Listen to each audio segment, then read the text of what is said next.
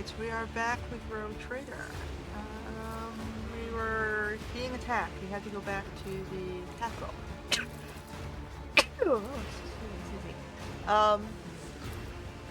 We got lured out to a trap by the Drukhari, and now we gotta race back.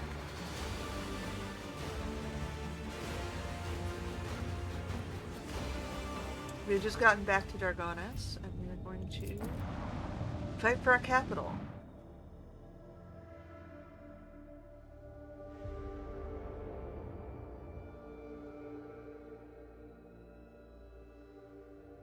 I mean, it was an obvious trap. I don't know why we went out there in the first place. But hey, the game required it, right? The litany of ordnance rings out across our decks. Yeah, okay. We gotta get this guy. Engage the engines. Might be just slightly out of range. Ooh. That's too far. Alright, well, we're gonna have to wait. Okay, get me. Oh, there's one over there. There was a guy behind me. Oh well. There are two guys behind me. I'll take the best.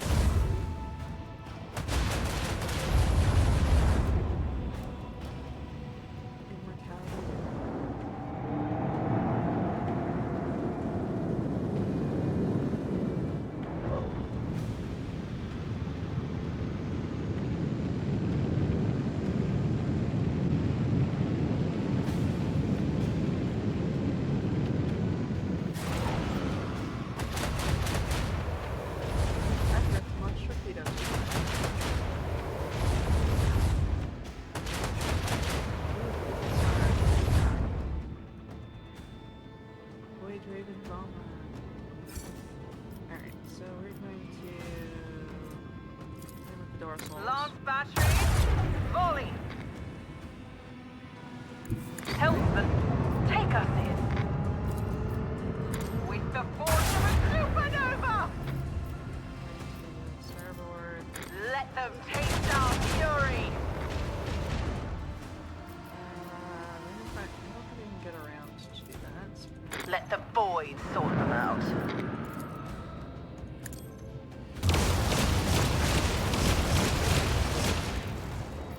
Pound them hard.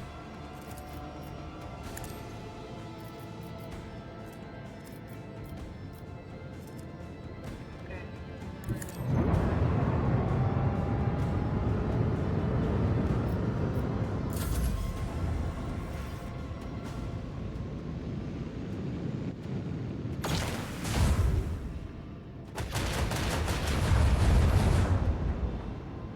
Support vessel can be hounded. Well, I suppose I'm doing my job by taking the vessel.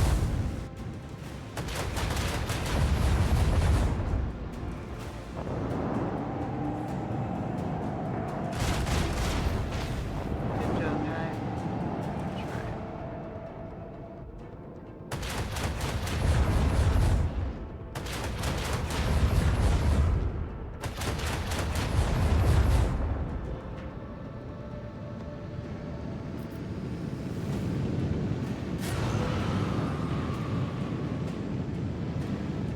He's running. He's running.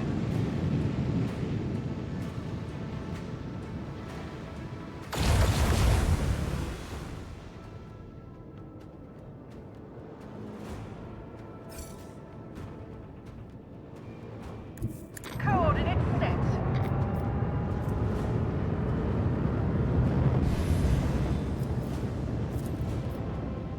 Launch battery. Volley. But they're too far away for me to do anything.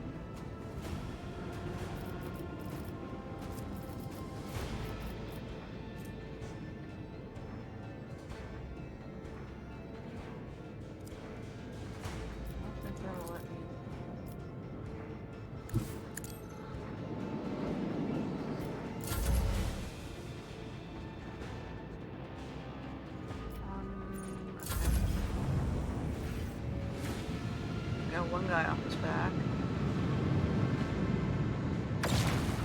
Fortunately, I'm gonna go down with these guys. Yeah, hide the storm.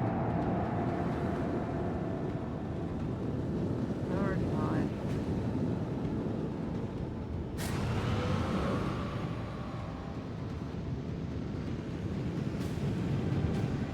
Almost got that creature down.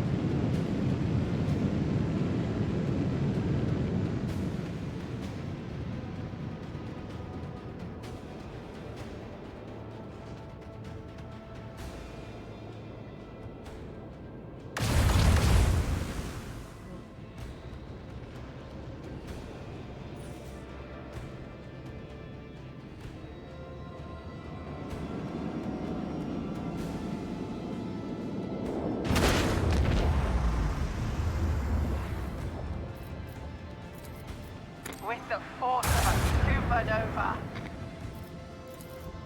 Lance batteries. Volley.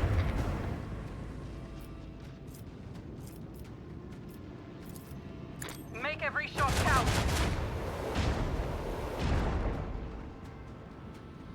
Helpman, take us in.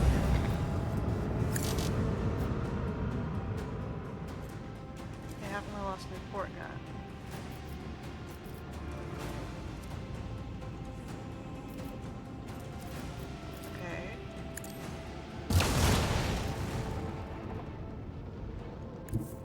Engage the engines.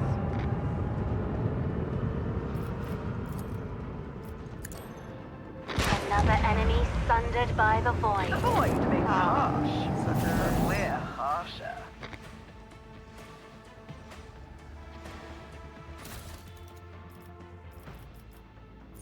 Alright, flew 3 salvos instead of 1. It might be useful. Alright, we'll do that one. What's this one?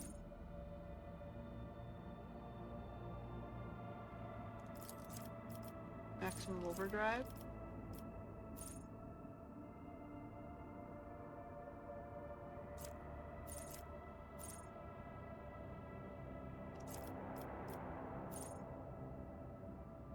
Shallow warp drop, try it, jump forward. We'll just do that. Alright.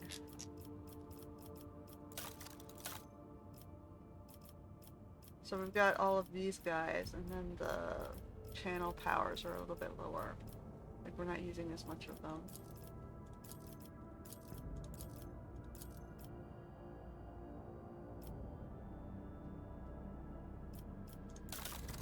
Let's repair. There's 2 repair. Control.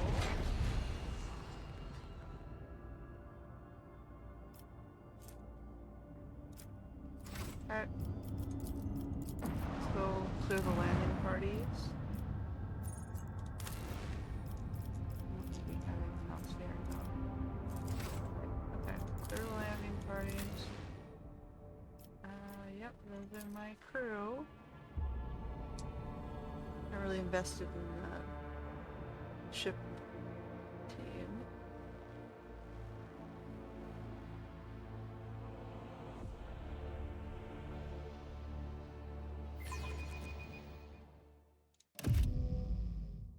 LBJ. I'll love you the other crew. There's enough of them, I think. Left behind, they can defend the ship if they need to. Let us not Alright. dawdle.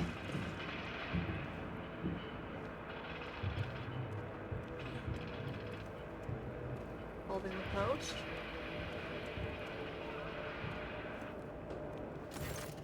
Clementia Wasarian. Clementia looks haggard, with deep shadows under her eyes and her hands trembling slightly. She's staring at you with a mixture of amazement and bitterness. Your ladyship, is it really you? We'd lost all hope of seeing you again. Dargonis has been hit by a mass Xenos attack. The fleet's resistance was broken in mere hours, and the invaders commenced a planetary raid. The planetary defense forces were able to hold the inner perimeters of several cities. 2 of the attacks were stifled on the approaches to the settlement, and fights continued here as well in Von Valencia's palace. Lady Bersarian, where is Achilles Scalander? I thought I'd see him here by your side. The secretary's exact whereabouts are unknown, but under normal circumstances he'd hardly set foot outside the palace grounds. I'm sure you realize what this could mean. Did you carry her after living victims above all else? Why did they waste their forces assaulting the palace and be storming another city? I don't know the answer, your ladyship. When the Xenos attacked the palace, they sent a force so great that the increased warden presence and defense perimeters were wiped out in minutes. By the throne, whatever they're looking for in there, they spared no troops to get their hands on it. Where's Drivestem? Governor is protected within a well-fortified bunker, as are heads of other noble houses. Still, each family has provided all available resources to the defense of Dargonis, or rather the defense of their respective regions. I don't see a single arbitrator. Are they cowering behind their headquarters? Not at all. There are approximately 100 in the capital right now. They're defending the administratum. Thanks to their bravery and fighting prowess, it's one of the few places in the hive the Xenos has failed to overrun. So, hey, they're holding their region with 100 guys. Good for them. What's the current situation? The PDF is on its last legs. We've been waging war of attrition for too long. They didn't give me the opportunity to save them. Without any chance of support from outside, I prayed to the Emperor that your arrival will change the tide of this operation. I have a feeling that the palace is an anchor point of the enemy raid. Our Vox engineers are registering unknown signals coming from your residence to other areas on the planet. The scum must have set up a control center inside and take up their command and will weaken their forces. Anything else I need to know about? The attack began a few hours before dawn over the capital. They first attacked the fleet. We received boarding calls right before we lost communication with the crews. Their sacrifice wasn't for naught. The ground troops had time to start mobilizing, and the civilians went on to organize defenses. Several hive cities managed to hold their perimeters. Others sustained great losses. 2 cities were completely devastated. Our intelligence knows nothing about the fates of millions of people. There's a high likelihood we lost them forever.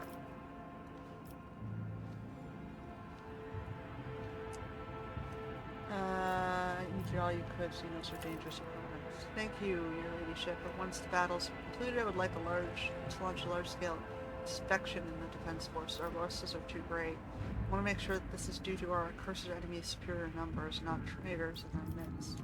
Alright, I'm going in. With awe and gratitude, I transfer command of the ground operation to you, your ladyship. Loyal troops are at your service. I beg of you, save Dargonis. Okay, soldiers, the raided traitors with us, and therefore the Emperor himself. Everyone who can hold a weapon to the front line. Yep, let's defend ourselves. Sergeant, for what? We've lost already. What's the point?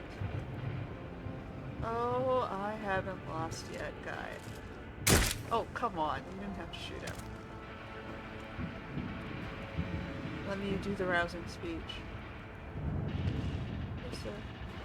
That's the worst way to motivate your troops, by killing them yourself.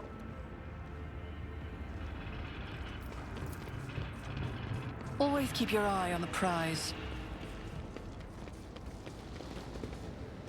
I cannot believe it. In the entire history of the Von Valancius Protectorate, there has never been an attack on the capital world. I will wipe your disgusting presence out of existence! I will revel in your pain.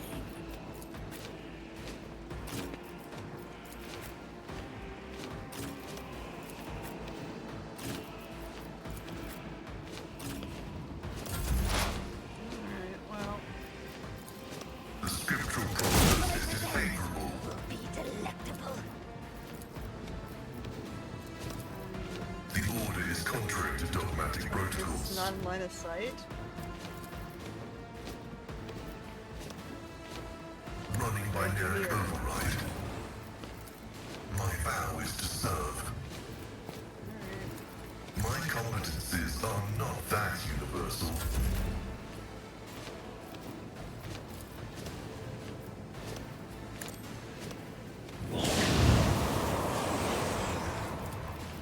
Isn't this a job for the serfs? Running binary. Yes, let's just finish those 2 off. Oh, there's gonna be more coming from that side. Great. What a pitiful. Hopper time? Isn't that Jay's thing? Why is Jay's thing here? I'll tear your heart out for this.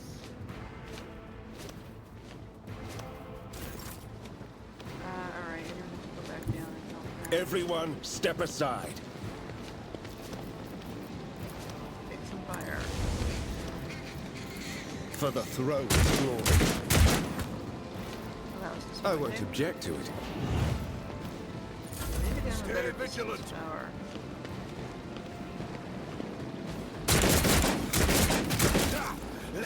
Break their morale!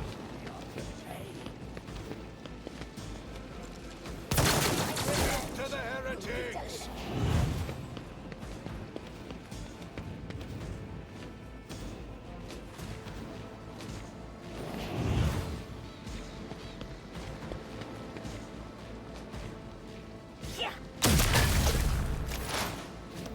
Alright, maybe help these guys.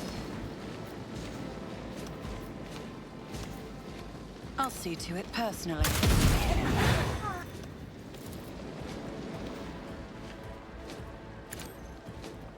Go this way. I'll make it happen. You've I'll see to it personally. For a flesh crafter. Tried and tested tactics are the best ones. That was very disappointing. Indeed. I'm not interested.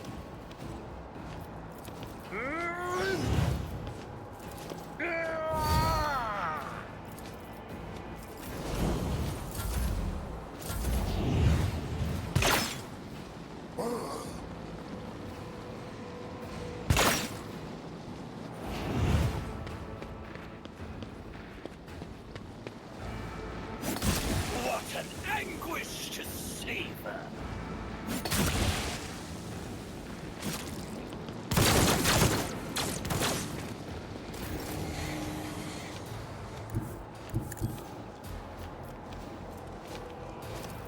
Trust me. Let your soul be purged. Death is a blessing. What a pleasure. The shadows will see. As duty demands. Still help me now. Explorers know one route. Forward.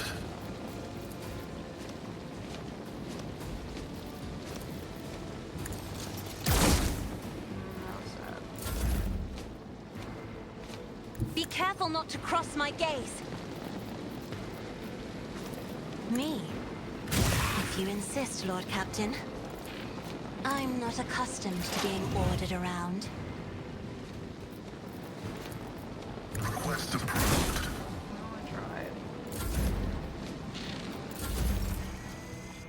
This copper's in the hill.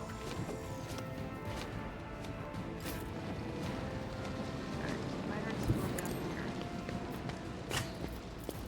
here. Naturally. I'm done with this one. But of course, Lord Captain. I won't do that. I won't object to it. Be gone. Hey, who we have left? Only one guy? This one? Let's see to it. Follow my lead. Pay for At this least in these blood. wardens know how to shoot. It's as good as done. Okay.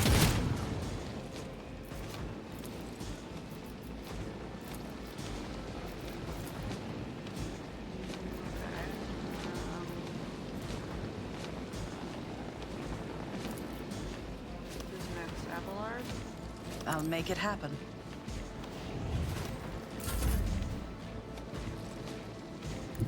I've seen worse battles than this in my time.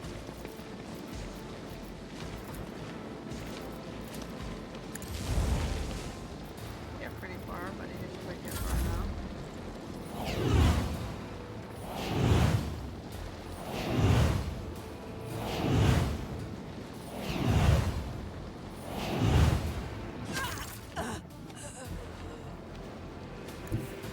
Death comes in silence.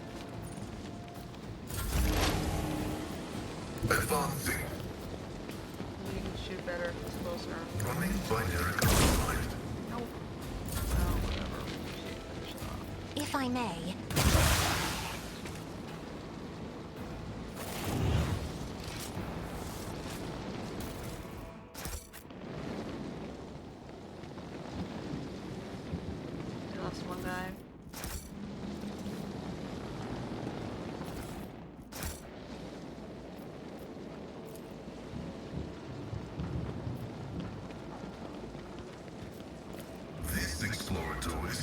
with multifunctionality. It says I dismantled it, but it doesn't seem to have given me anything.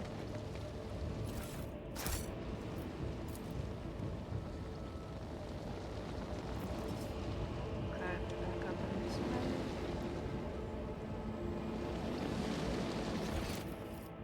I'm up in here. These.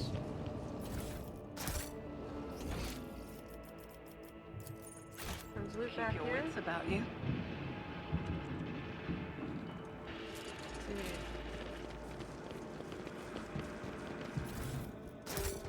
Might as well loot it. It's my,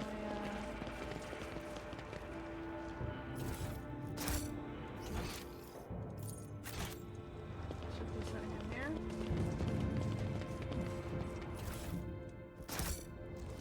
Okay, moving forward. I always keep my options open. My success is an irrefutable certainty.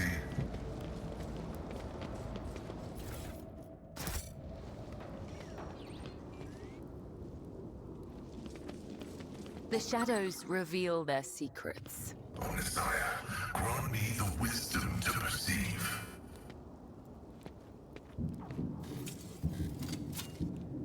Operation successful. The flute player has vanished into thin air. Unfortunately, this just confirms my fears that there is something. Everyone vanished into thin air, not just the flute player.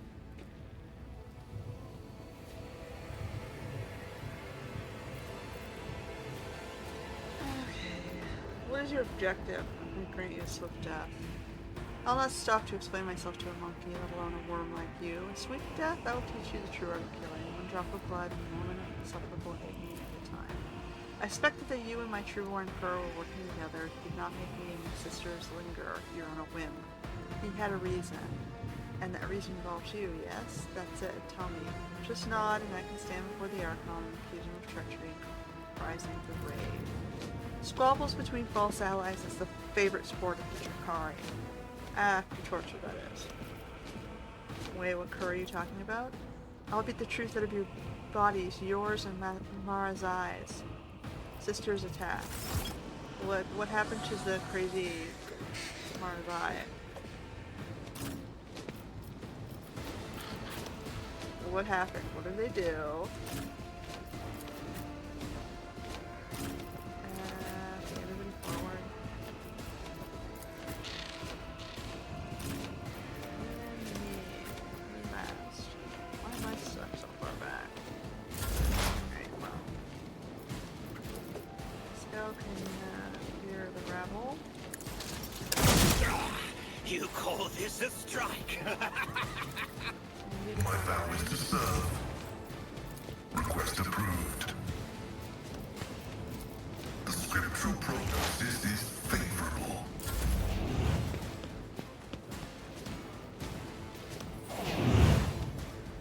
Taking damage to bulk.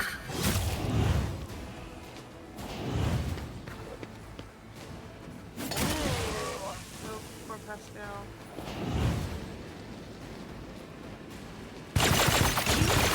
Don't frighten me. Flesh, yet iron knows no pain.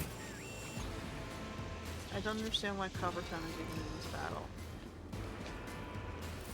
My soul hunger. There. Oh my Hold goodness, on. that's just mean. Your That's never misery all. is my treat. Liberating! Alright, go defend these guys, shall you? As honor ordained. Your last stroke of luck. As the tenants demand. More of them over there. As honor You on the ordains. arcade. My blade whispers your name. Let's make it quick.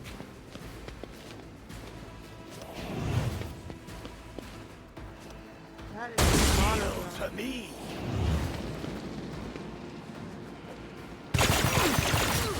vengeance will be swift. Wait, you get to take this back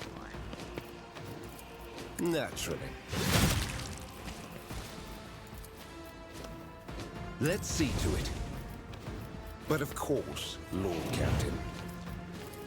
I won't object to it. Naturally. I'll return the pain tenfold.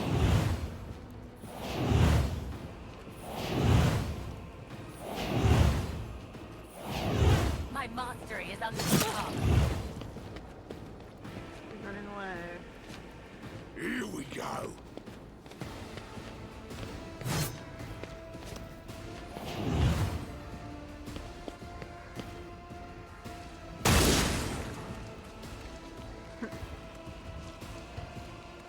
Really? Okay, so Abelard, you're gonna go take A tactically Zara. sound approach. I will do my duty. Victory is imminent. At your beck and call. It will be done. Grey hair, sure hair. Indeed. It will be done. I'd love to, you know, heal him, but there's not a lot you can do besides reload. Request denied. He won't even let him reload, so I don't understand why you give him a turn.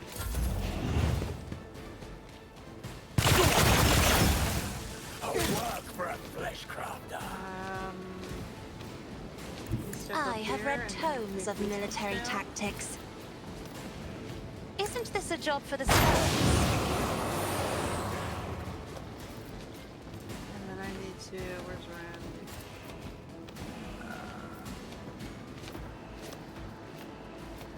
I give Abelard or I don't want to touch Pascal just yet because I need him to go down. I want him to be killed.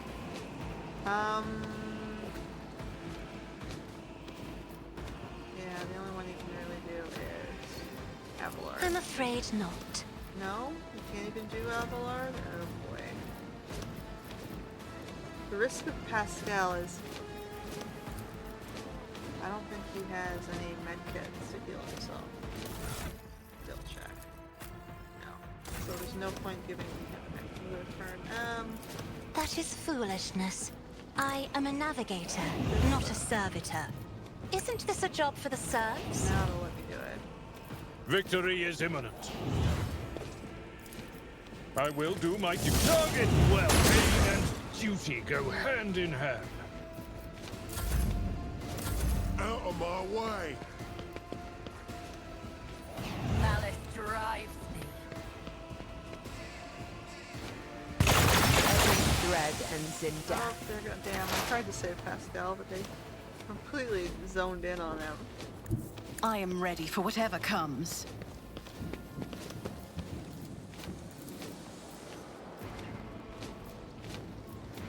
Who, if not me?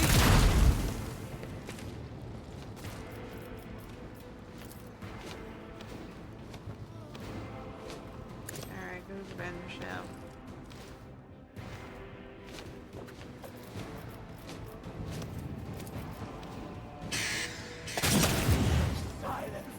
I'll see to it, personally.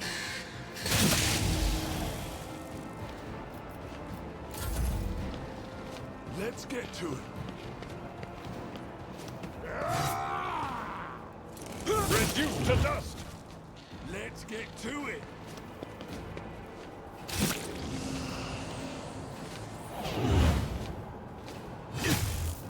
Yep, that's why Abelard's on.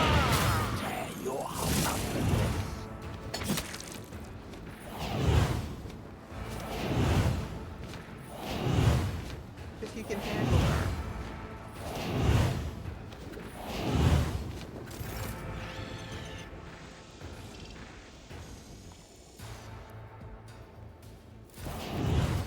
My misery. There's 15 and I have 5 people left, plus my bird. She's I Go bring handle mercy these and guys. retribution. I shall not fail. Caught by the web. Killing it brings me no pleasure. The shadows will see it done. Keep him clear so that he can take his, As honor ordained. Caught by the web. will be delectable. The undying emperor whispers his will. My vengeance, I die. more over there. Let your soul be purged. Come, There the you other go. side awaits. I almost... Trust me. My blade Alright, we finished it whispers off your while you name. were blocking. I shall not fail.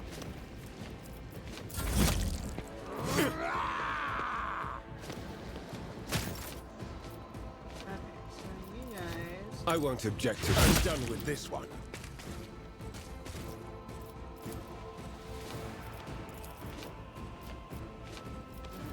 Okay, we're gonna put this one For the down. throne, be gone. I won't object to it.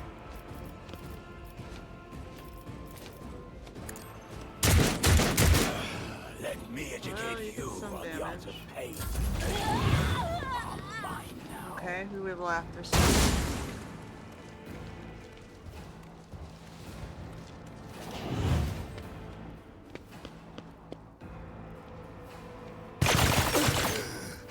Focus, Van Cummins.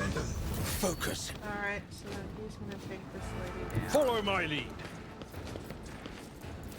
At your beck and call. I took care of this one. Okay, we gotta go this way. Someone else can do this. Emperor, deliver us.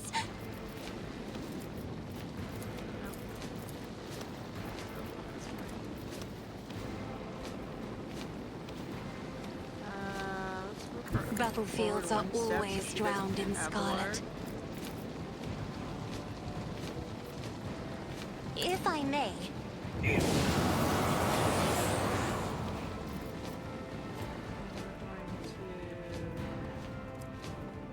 He's done his side, except for... Oh, he's got one back there. Okay, we're gonna... I'm not Right. accustomed to being ordered around. What else is one there? There's one up there as well. Okay. Oh, nice they hit themselves. Okay, so I'm gonna move in. Don't let your So I can guard get down. there. I'll make it happen. Where's the bird?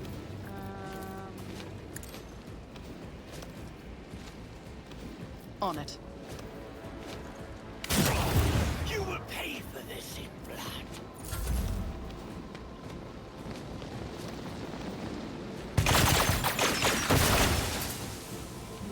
Okay, you just friendly fire drone guy. Good for you.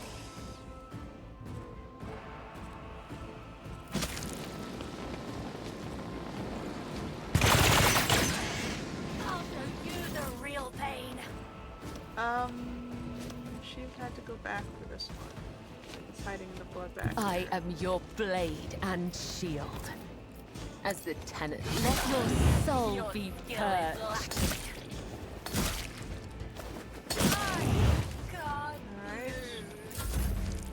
And then Heinrichs has to run up here for this guy.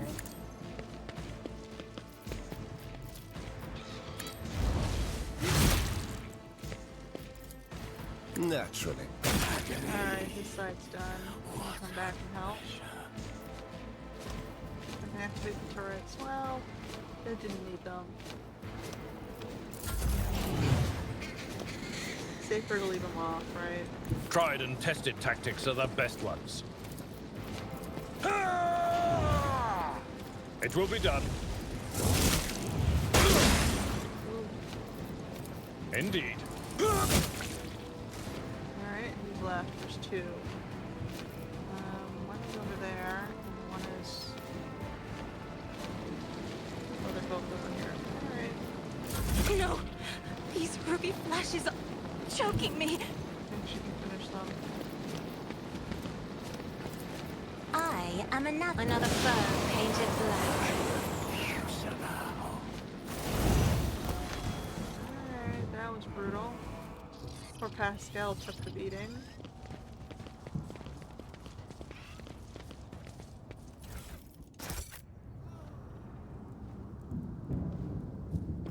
We got him back on his feet. But yeah, he took a beating.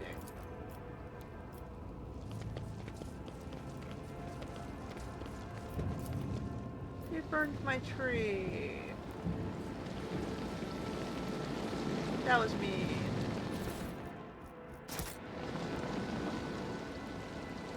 And you know, wasteful. Seriously wasteful.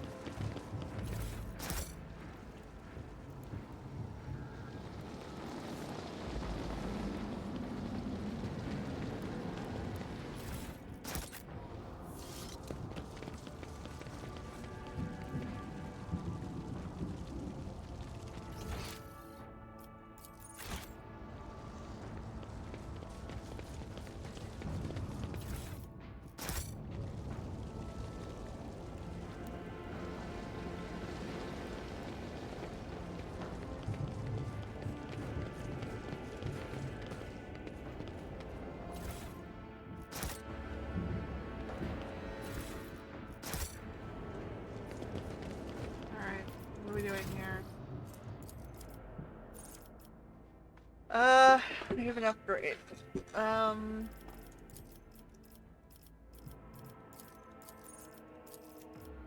Maybe extremists.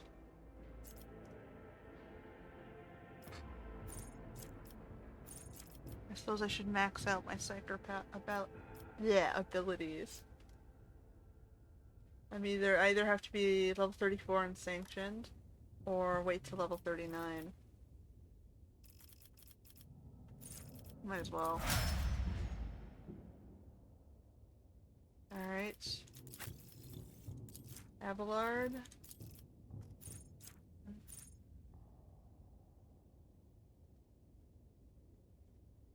Stronger together.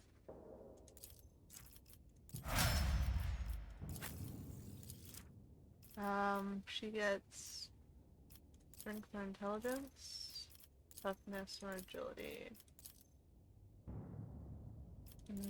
Strength, I guess, makes sense for her. She's a melee character. Be smart. No.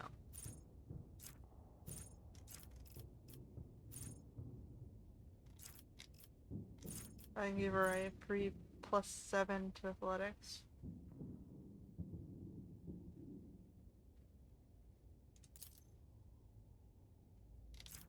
Unless there's other stuff I want.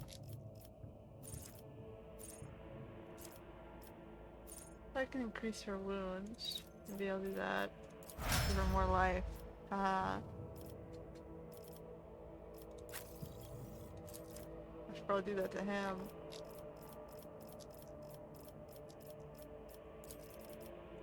Since he fell, give him a little bit more life. Heinrichs doesn't even have as much life as him now. Yeah, I want him to move. Initiative, dodge, melee, dodge reduction. Yeah, let's give him more dodge. I can give him Psycho Extremist too, but I don't usually... He has the ability to be a Psycho, but I've never really seen much of abilities.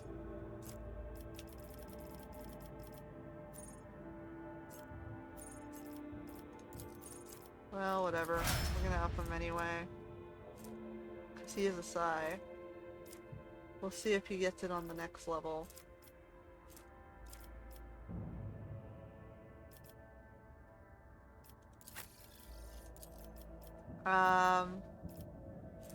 Give her more dodge. Okay, and she's doing talents typically.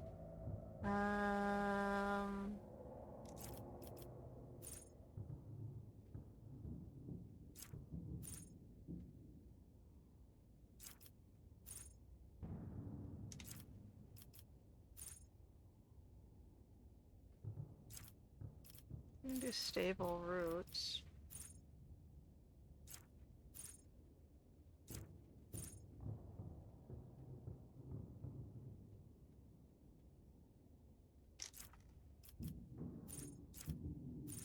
We'll do stable roots, I guess.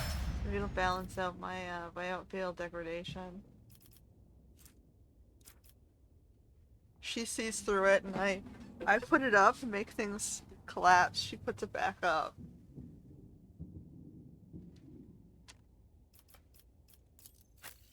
I'm pretty balanced. She's got heavy persuasion, Imperium commerce. She's got a lore warp, man. Lore Xenos. Tech use. She's kind of balanced. Okay. We'll keep going. I don't think we got anything we needed, really. Yeah, not really. Radiant chestplate. Is that better than his? Nope, he's got a 60%. You wear any of this stuff? Not really.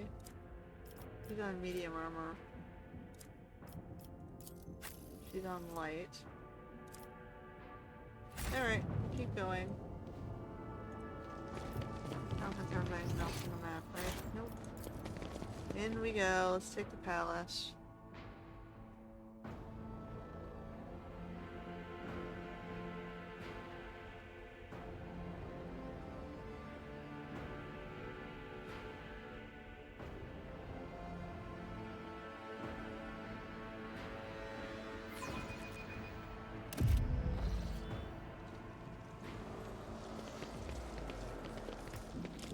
I always have a backup plan.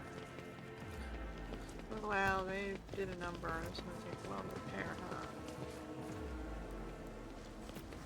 Compared to naval service, that was barely a challenge. Alright, can we get into my room here? Okay, stop kicking whoever that is. Yep.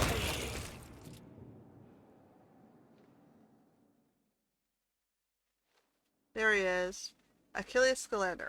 Covered in Drukhari blood in his own, Achilles Scalander looks around you with a haunted expression on his face. He finally manages to focus his gaze on you and lets out a barely audible gasp. God Emperor, preserve me. Could it be?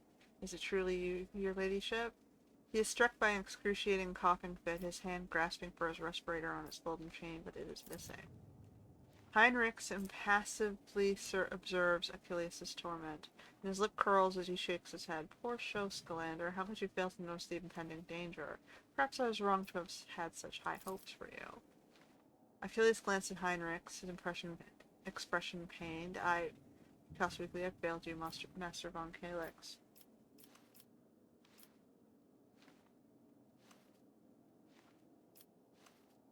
By the yawn of the darkest of Vix, Achilles, why did my ex-friend Xenos fail to prevent the Drukhari assault?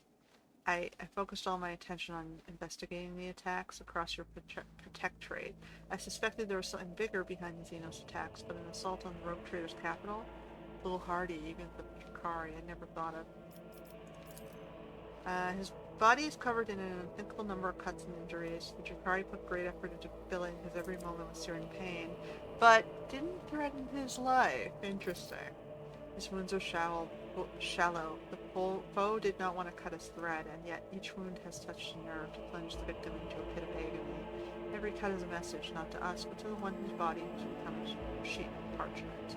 A message of unclean words. Alright, fine. You shouldn't have wasted your time on me, your ladyship. Were you able to glean anything from your attackers?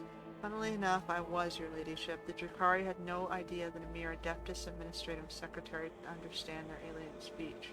Over the course of my torture, I came to understand that the Xenos has been receiving help from humans all this time. Renegades or pirates or something of that sort. It will take time to identify these traitors to humanity, but I give you my word they will pay for what happened on Dargonis. What happened? When the report came from orbit about the Xenos attack, I was in the administrative halls, resolving the matter of your succession. I rushed... Succession? I'm not dead. I rushed to my shuttle and prayed to the God Emperor I would reach the palace before they struck, but before I could get rid of all the pics and documents I had gathered, the palace was besieged. I had to take a risk and burn it all. The Xenos surrounded me when I was setting fire to the last remaining orders, and they decided to have fun with me. So he was basically burning the documents so they couldn't be taken.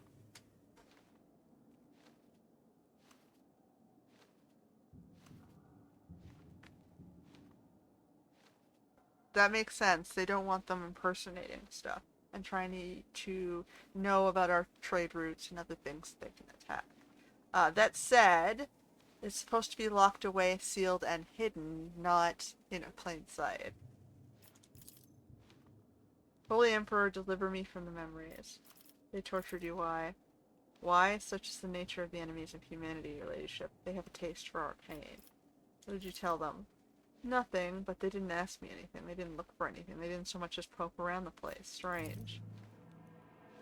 It's the Drakari's favorite pastime to torture people for amusement. I doubt they had any inkling you're an agent of the Inquisition. Your hues are covered in a layer of soot and ash, Master Scalander. I can see the loud bleeding colors underneath. May I put them at ease for you? It's a great honor to hear such words from Lady Arcelio herself, and still I must refuse. My scars, both physical and spiritual, are my reminder of the mistake I made, and my key to redemption. Alright, get out of the palace so you can. Go! I'll loot my own thing. We have some medkits here. The guy we just killed. Thing on my balcony. Oh look, they landed the bikes on my balcony. Let us not dawdle. They left my bedroom alone and just burned it down. Yeah, they just burned it down, it's all right. That's how it's done. Where's the Emperor? I thought it was those. Someone was hiding under my bed. Well, at least he survived, I guess. At least my bed was able to, you know, help you. Help bring one person to safety.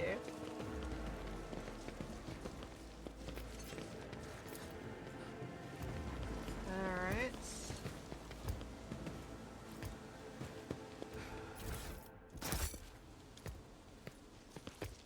Let us see what I found. This Explorator is blessed with multifunctionality. They're inside? Okay, that's fine. I'll take them out in a second. The machine god grants me insight. Rise to the top, or get left in the dust. Alright, we got another battle ahead of us in here. Who's in here? We got Nagas in here. Just quickly.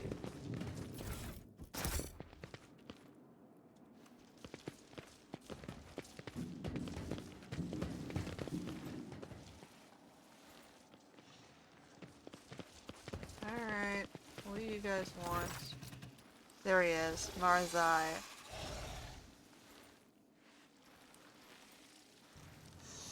At last, I was beginning to think your lumbering bucket had perished on the way back. Such a resolution would have satisfied neither you nor me, would it?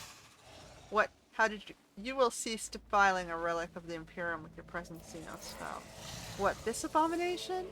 With pleasure, but first I must finish my conversation with your master, Malki.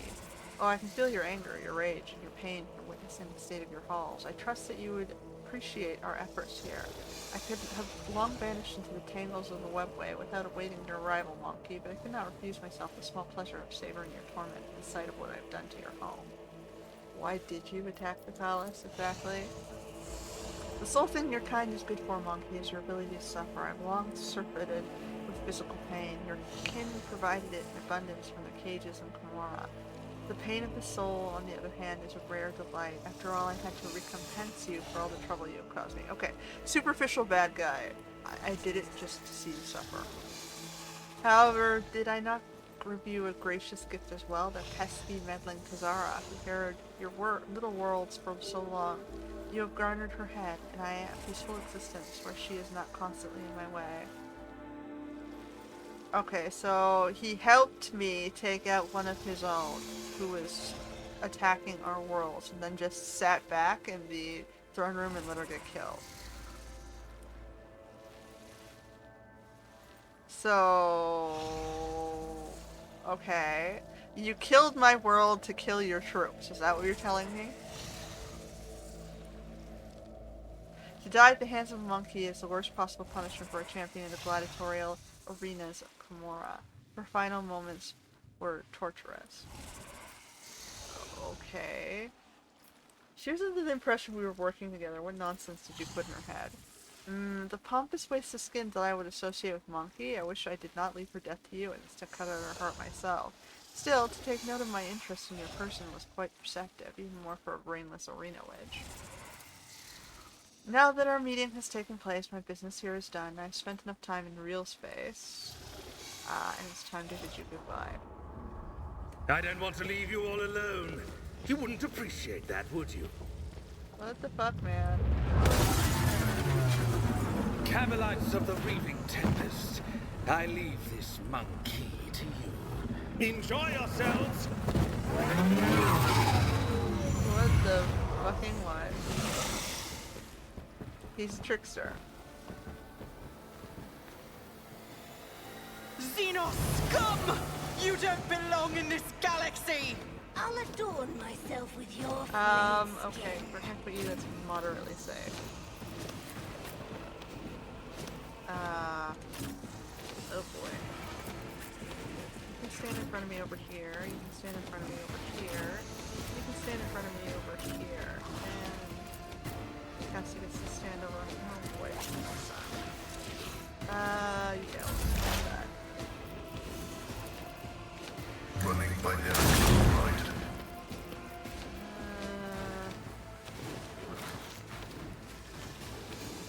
The old Messiah knows all, comprehends all. Alright, what's this one? My vow is to serve.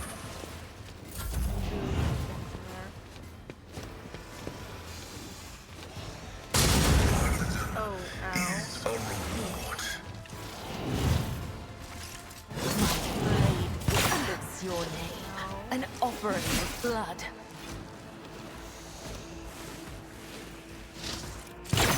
Okay, so it's me versus 12. Can I put it over here maybe? Emperor, give me strength.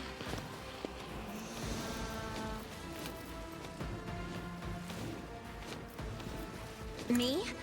If you insist, Lord Captain. Unleashed my fury. If I may.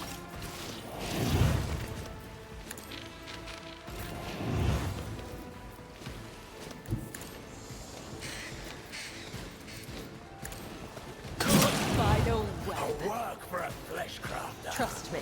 My blade will whispers tear your heart out name. for this.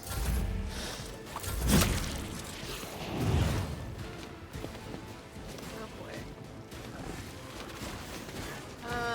Yeah. How dare you! Yeah, come on my ass there.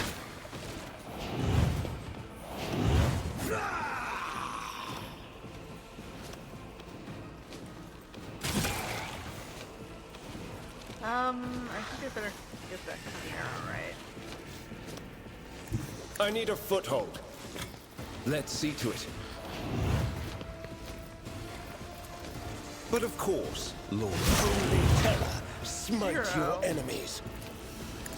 Well, that was fun. I won't object to it. 0? Can't do any damage on it? Your suffering will sustain me.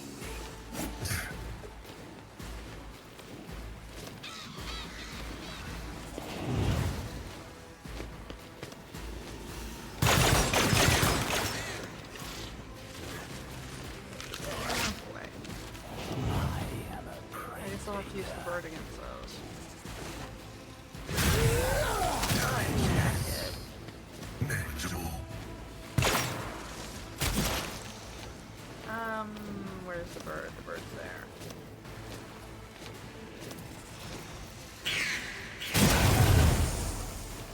Who if not me?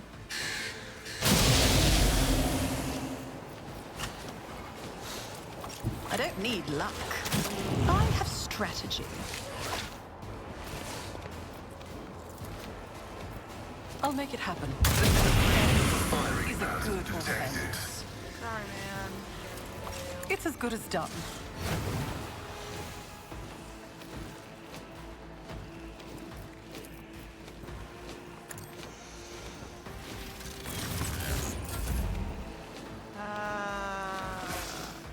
I've seen worse battles than this in my time. Oh, that's not good. I will do my duty.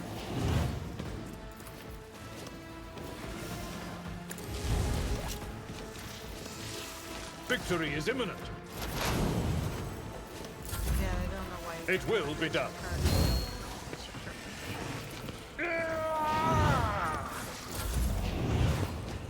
Alright. Kill Beastmasters first? Is that what we have to do?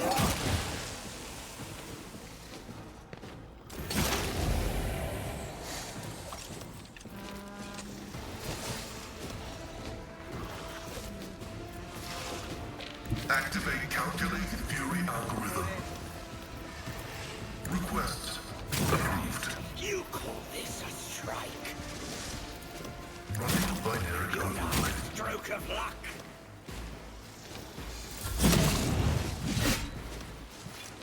Okay.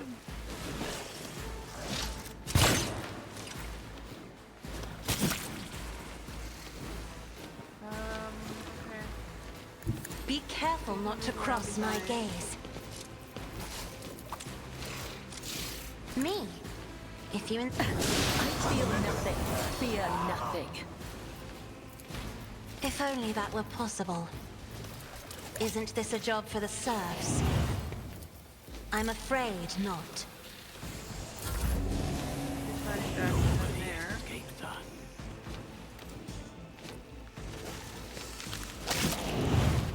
Oh, wait.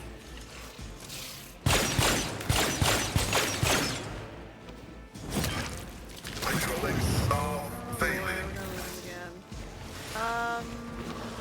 Damn it. Where's the Beastmaster on this side? Over here? I'll put my psychic abilities to use. Let's see to it. Naturally.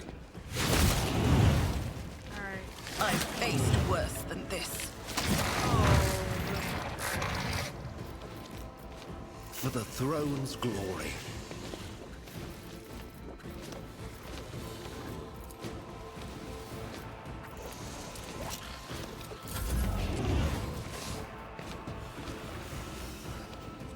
Just need to tough it out. They're hitting me hard too. Pain and duty go hand in hand. In cover. Catch my breath. Okay, I won't forget this. Then we're going to move the bird. I'll make it happen. On it.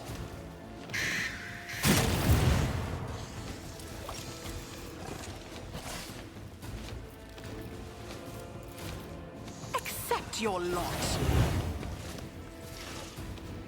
That is interesting. It didn't let me do anything.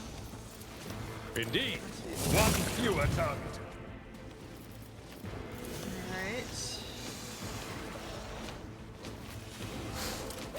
At your beck and call. It will be done. There's one back there too.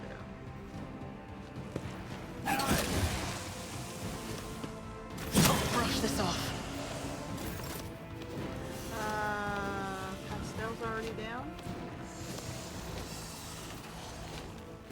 Okay, well... I am a navigator, not a servitor. We educate you on the art of pain. Me? If you insist, Lord Captain. Your soul be purged. As honor ordains. My blade whispers your name. The shadows.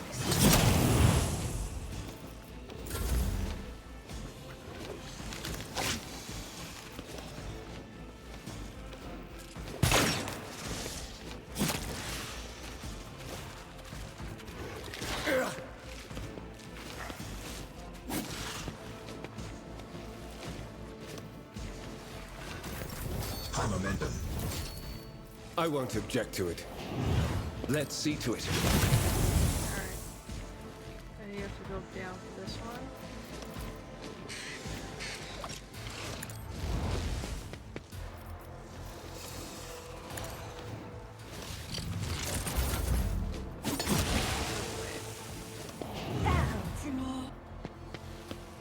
Oh, there's one back there. Damn it. I won't go down easy.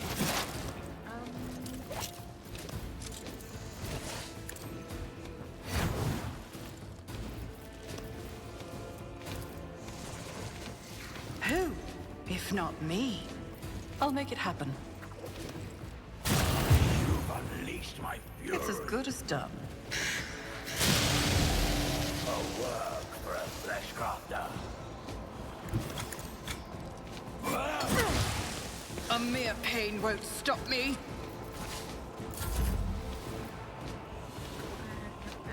My place is at the fore. Caught by the web. Oh, nice. They ganged up. At your beck and call. We'll rule the stars themselves. I will do my grey hair, sure hand. At your beck and call. Target well struck. Reduced to dust. Victory is yours. Alright. Great. Vengeance will be swift.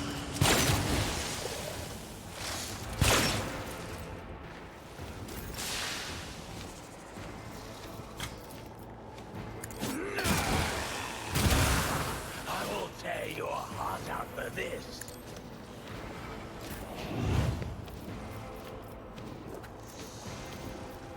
Trust me. High momentum. Brings me no pleasure. Alright. As honor ordains, my blade whispers your name. Let not the righteous bend. May their blades be sharp.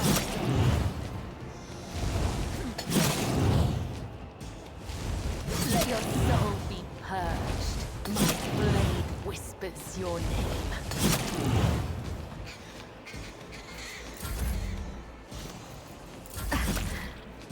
An offering of blood. Oh, Cassie's holding on. Just need to tough it out. Unworthy. What do we have? We have a Cavalier Warrior over here and a Sybarite over there. Oh boy. I know I can definitely hit this one. But of course, Lord Captain. Naturally. Alright. Let me try again to go this way for the other one.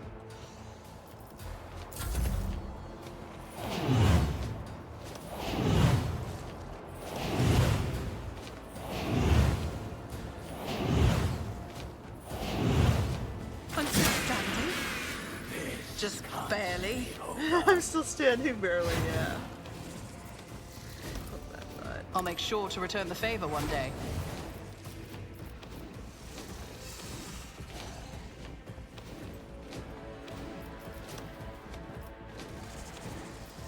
Okay, we're gonna move the On it. bird here.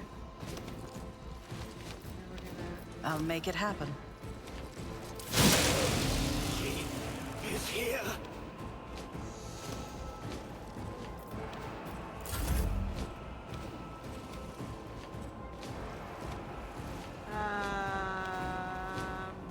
We're gonna save. Follow my lead.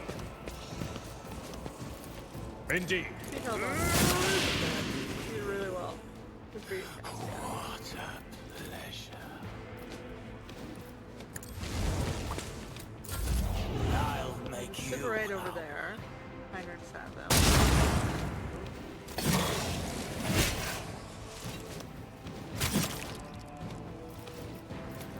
If I may, I'm not accustomed to being ordered around. As the tenants caught by the web. Okay, there's a little light. There is only death. Yours or mine. Alright, she finishes that guy. And next gets this one. Let's see to it. I won't object to it. Scorn the pain. Let's see to it.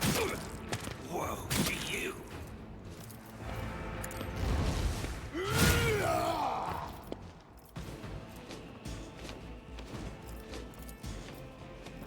But of course, Lord Captain. Alright, I'm gonna come back over here.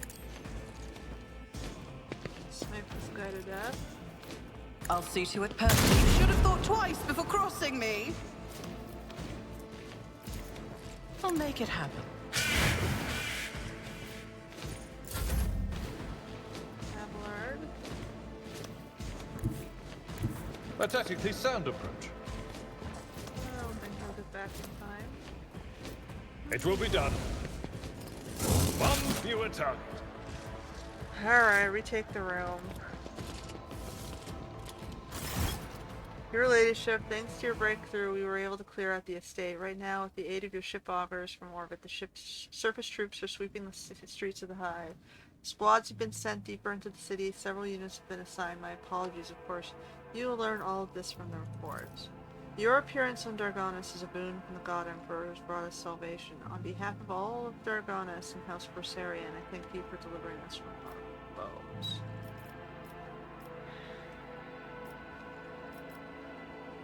I was doing my duty, nothing more. As by your will, you have preserved countless lives. Your ladyship, Dargonis owes you a debt that can never can be repaid. We will continue the cleanup of the estate and the neighboring territories. We must deal with the rubble, the corpses, and any other after effects of the fighting. The surviving forces will be enough to repel any sporadic enemies' attacks if they are launched. According to the latest reports, the Xenos are pulling out en masse.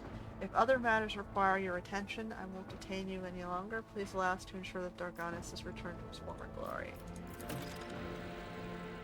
Mistress Ptolemy has sent a message requesting an audience. She has a critical report to deliver and she'll be waiting for you on the ship's bridge. Yeah, they need time to fix the building, I guess.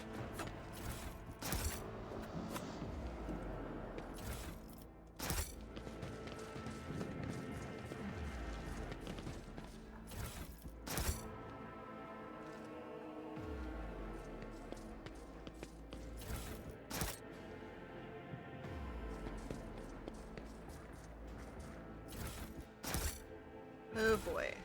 Wrong button. Wrong button. There's something over here? Oh.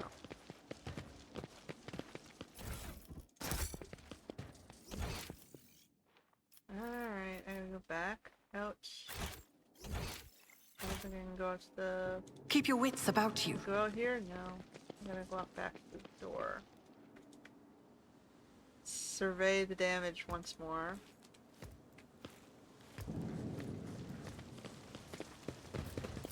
An expected result.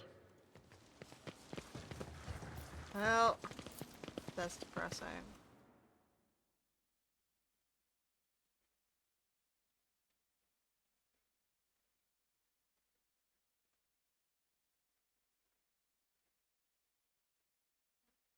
The defenses saved so many lives.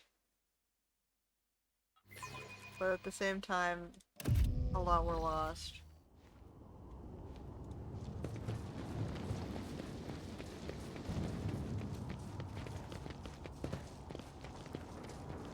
Always keep your eye on the prize. Just as I planned.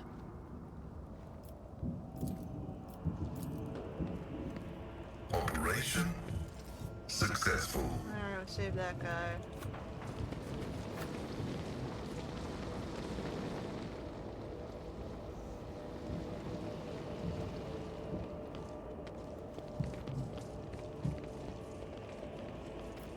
Save who you can, I guess. I always keep my options open. We saved 2 guys. Well, 3 guys. 1 guy under our bed. 1 guy from the mine. And 1 guy in our office.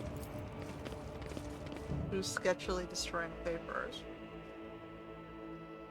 Who works for Heinrichs.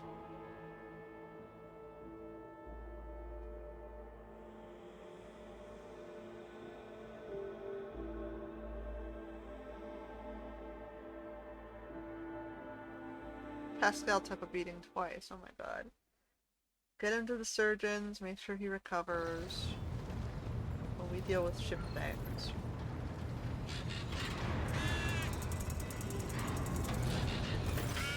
Welcome back, Lord Captain. During your absence, we assisted the ground forces by coordinating their movements from orbit. Detailed casualty and damage reports have been submitted for your perusal. I regret to inform you the capital world has been dealt a serious blow. Yeah, well.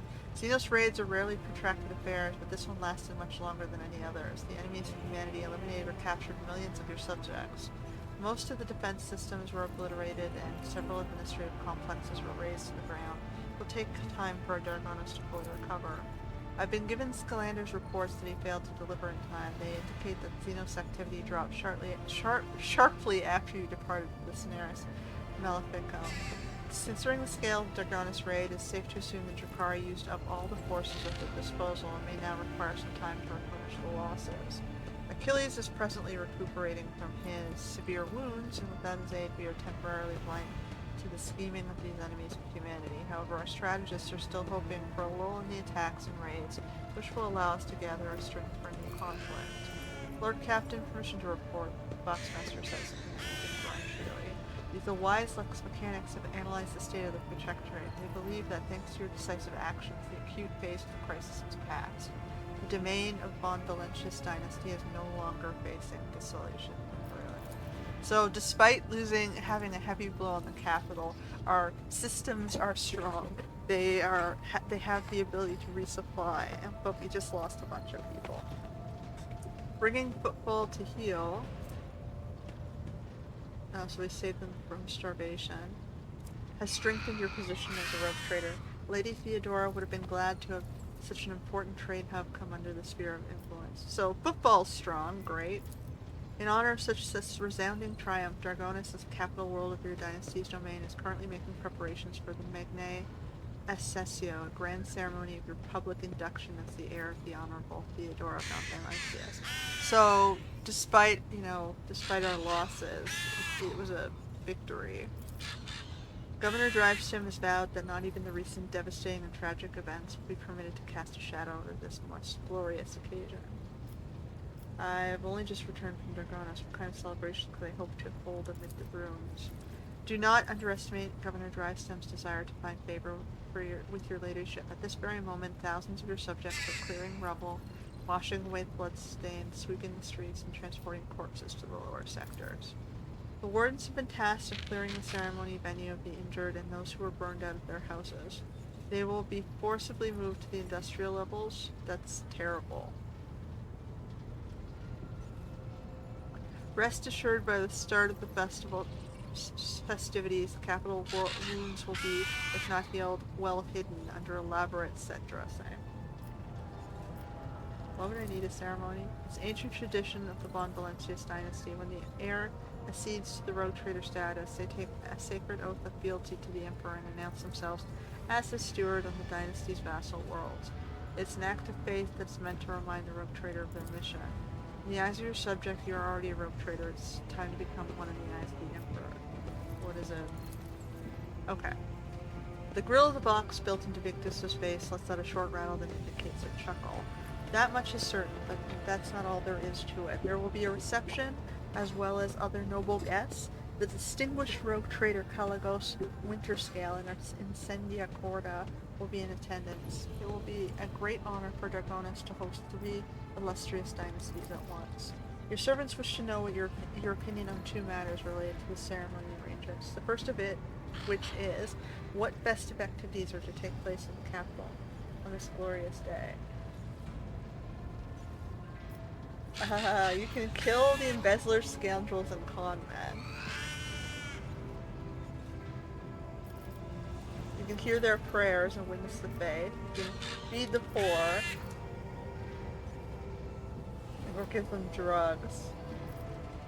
Oh boy. I guess we can do the dogmatic. Hear the prayers and witness their faith. I can kill the embezzlers, scoundrels, and con men. And we can blame them for the fall of the capital.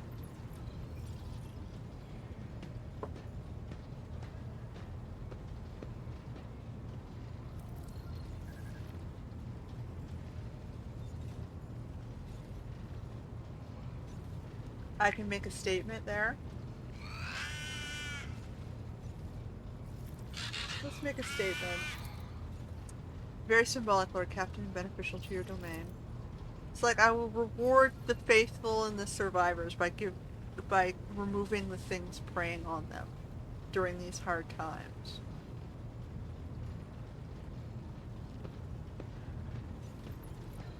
The second matter on your servants' minds is, which two of your closest companions will be given the honor of standing by your side? Abelard, of course, and Heinrich, I guess. Okay, the servants of House von Valencius will see this in the continuity of the dynasty's glorious traditions. Alright. We get some more people, some mechanisms, weapons, and chemicals. We're choosing, Abelard. Abelard, of course, is, my first buddy. And then we'll go, do I want to do Heinrichs, or do I want to do one of the others? I think I'll do Heinrichs, because that's kind of who I've been standing with.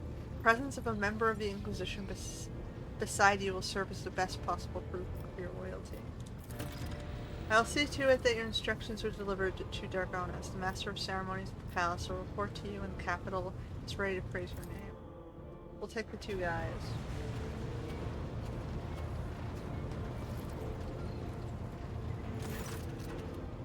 Okay.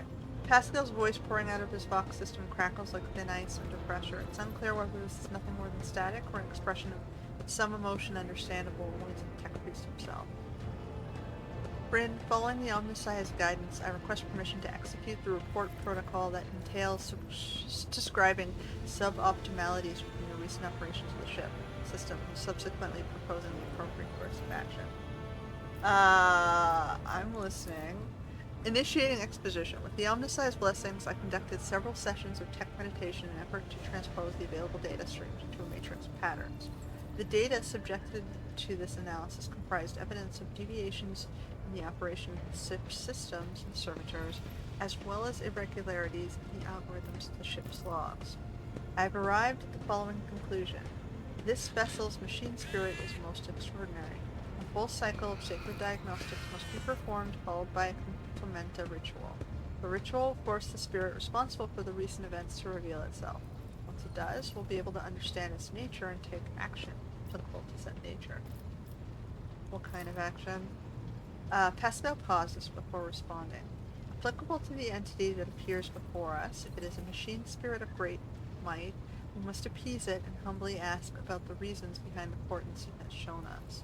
If it is the abomination of tech heresy, the complementary ritual will help purge the ship of its unhallowed presence. Alright, whatever, let's do it. You have my gratitude, Rin. I will notify my tech comrades to begin their preparations for the complementary ritual at once. Alright. Despite the resounding hum of the tech priest's words of prayers, the bridge feels unusually quiet. All sounds sink into the viscous silence like pebbles sinking into the water.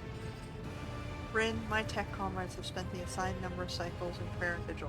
Everything is prepared for the complementary ritual of cleansing. Its commencement will require an authorization key in the form of blood of a von Valencius. If you're ready, place a hand into the cyber gargoyles receiving module. How many times are you gonna suck me dry, man? Whatever, just do it. The familiar cold metal burns your palm. This time, however, the servitor's jaws, instead of brutally clamping down your hand, merely squeeze it slightly. You feel a thin rivulet of hot blood beginning with metal veins pierce your skin. Screeches and growls slowly rise from the bowels of the massive cogitator as if a great beast is stirring away. Bid screens in front of you flicker relentlessly. Key accepted and activating purgation protocols. Suddenly, the vicious silence of the bridge rushes towards you and wraps you in a tight cocoon. The glow of the bid screens dims, but the symbols of them on them flare to life. What's going on? Compliment shows proceeding as intent. Pascal's voice cuts off abruptly. He brings a hand to his box communicator and is surprised.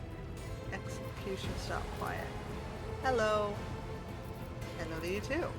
Nomos are glad to be speaking. Nomos are here. Nomos have been here. Why are we here? What do you want from us, Nomos? Are you friend or foe? Nomos von Valencias, we are your blood.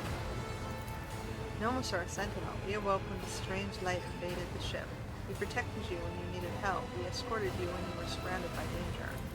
Nomos are movement. We carry you through the frightening, the waiting, the measureless. We helped when our alien current was refusing to awaken. You asked for rescue. We did it at last. We did everything to please you. Why?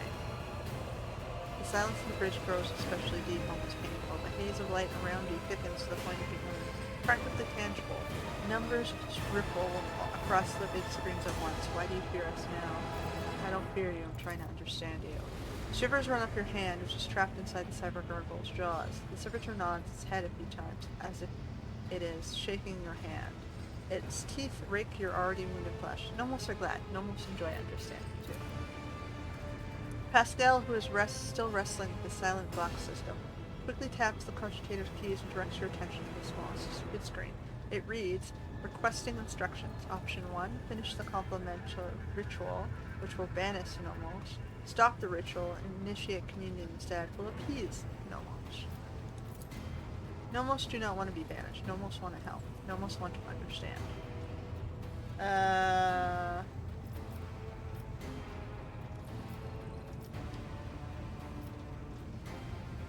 What else can we do? Nomos learn. Nomos try new things. Do you want to see? The scarlet gaze fell on the monotonously chanting junior technomancer. Blink. Electric discharge erupts from inside his skull. Okay, you didn't have to kill him. Does it please you? No. Pascal starts tapping on a Bure staccato of the keys. A small bid screen displays the words, Rins, you're provoking the machine's spirit. Cessation required. Ritual maintenance required. Nomos enjoy communication. Rin is our blood. Do it again. No. In the name of the Emperor and the will of rogue trader von Valencias, I order you to stop. On this ship, none but I and the Imperium's laws can dictate who lives and who dies. We understand now. We may only stop functions of living things when you tell us to. You will tell us, won't we not? We enjoy doing things with you. Oh boy.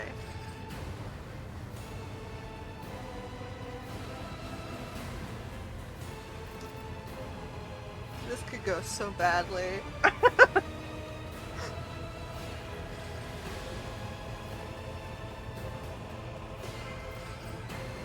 We see how this plays out. Let's start by clearing certain things up. Were the ones responsible for the ship's malfunctions and the strange entities in the ship's locks? Yes, Nomos did that. Are you angry? We want to understand and see how things work. What's your take on this, Pascal? Is it being benevolent or a monster?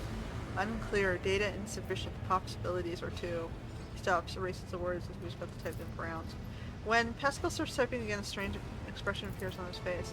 Understanding the essence of the entity Nomos is beyond my reach at present. The hypothesis spectrum ranges from the extreme of abominable intelligence to the extreme of the great spirit is the omniscience of apostle. The rite of tech communion appears to be a reasonable solution. The rite will take many cycles, but will allow me to come closer to identifying the entity and making contact with it. Alright, fine. Let's investigate him. Nomos want to help to learn what we are too. We'll add things to your log, things that might help us help you. Pascal lets us at the blowing a long breath. The decision is made. I will begin my preparations for the communion rite at once. Many cycles of interaction with the entity Nomos await me, and I welcome this task and accept it from the El Messiah. Pascal stops short as he realizes his box system is working once more. Nomos are glad. Rin, will you speak with us too? We want you to speak with us too. The Lord Captain's body lacks the sacred implants necessary for tech communing with the machine spirit's code. But if such is your wish, Rin can converse with you using slowly sound speech as she is doing right now. I'll speak with you, Nomos. I'm also glad we have been lonely. Our work here is done, Rin. I will let my tech comrades know that we are stopping the Complementa ritual. Thank you for appearing before us, Entity Nomos.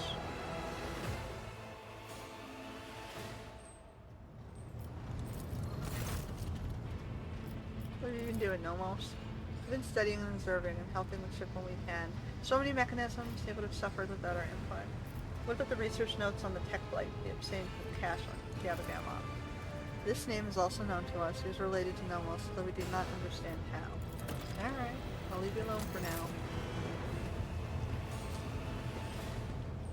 I'm supposed to talk to who? The what now? We found one of the Cult of Nourishers on Jevison. Gotta go to the... Okay, so we gotta talk to Adira Abelard, other officers. Adira's over here, right?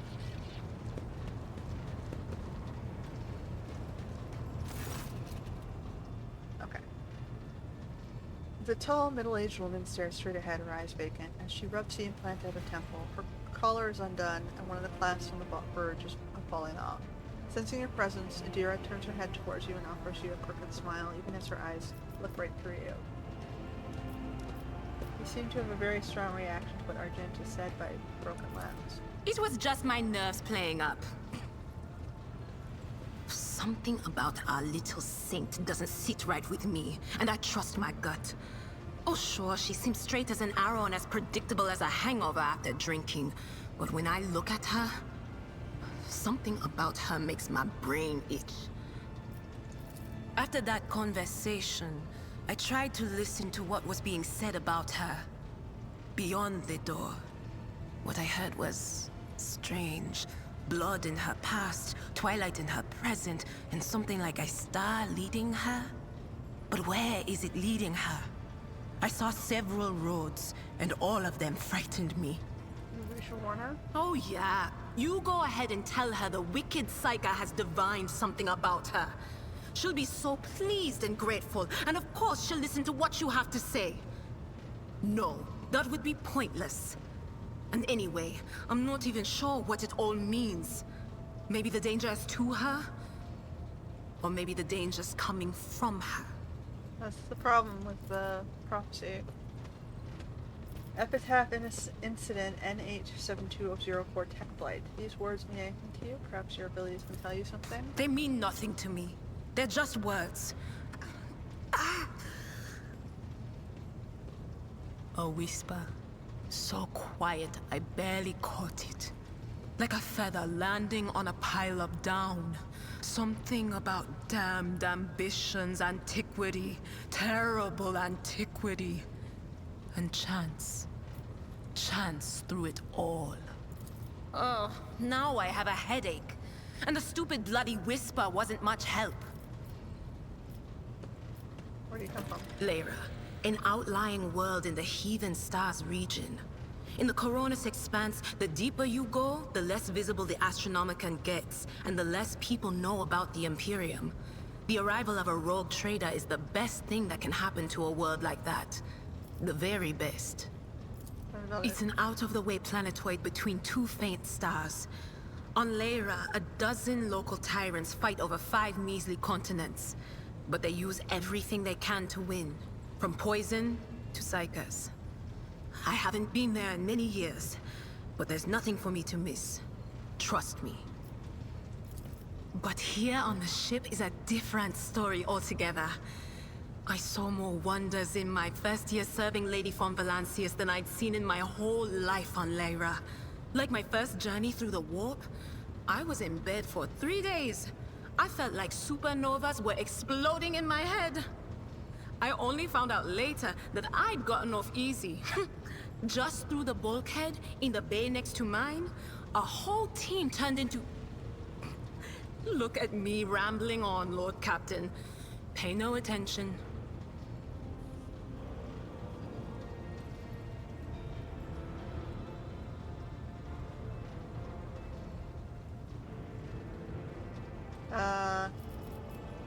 about you never finished your story about crossing the war. It wasn't like it was a very fun trip, Lord Captain. But look, if you want to be entertained, I'm the woman for the job. I'll entertain you with one of the stories from my collection, no problem. But if you want to hear about the time I melted everyone in the bay next door, well, I just don't really want to go into the details on that one, all right? What did you do before you came to the ship? Oh, I embroidered wall hangings in honor of our national heroes. I did the same thing I do here, Lord Captain. Divining. Our rulers prized the ability to see into the future. Every psyker that could be found was worth a small fortune on Lyra. Ah, but you don't know when the timing of it is. That's a problem. There's no such thing as a peaceful life on Lyra.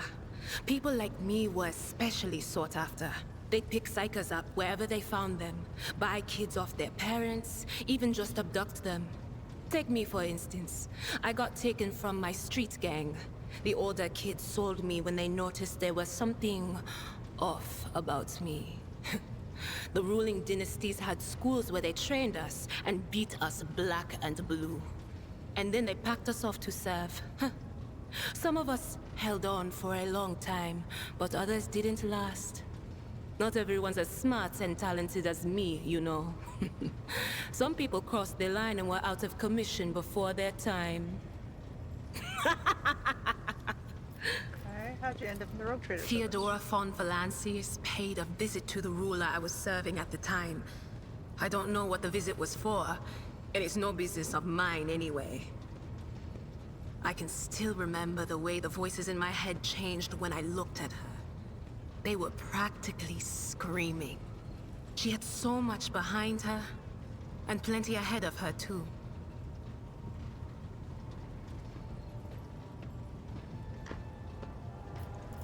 And as I gawped at her, all of a sudden I heard a whisper. A hint, a suggestion, nothing more. But I know the difference between idle chatter and a real threat. I seized my chance and approached Theodora. I managed to whisper a couple of words in her ear before the wardens dragged me away. They beat me and locked me up. No wonder. It wasn't my place to converse with outsiders. And then, Theodora's people came for me. They broke down the wall, butchered their guards. Also, I could tell them my warning in full. So, I said the rest, but I didn't want to go back to my old life. And so I entered the service of the von Valancius dynasty. A few times. Not many. And if I think about it, why would I want to?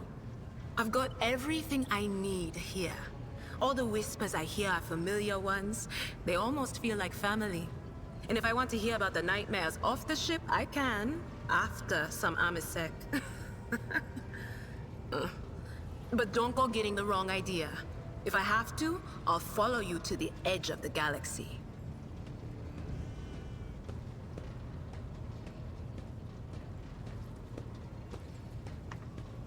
Okay, what else? Of course, Lord Captain. Any stories? You bet I do, Lord Captain.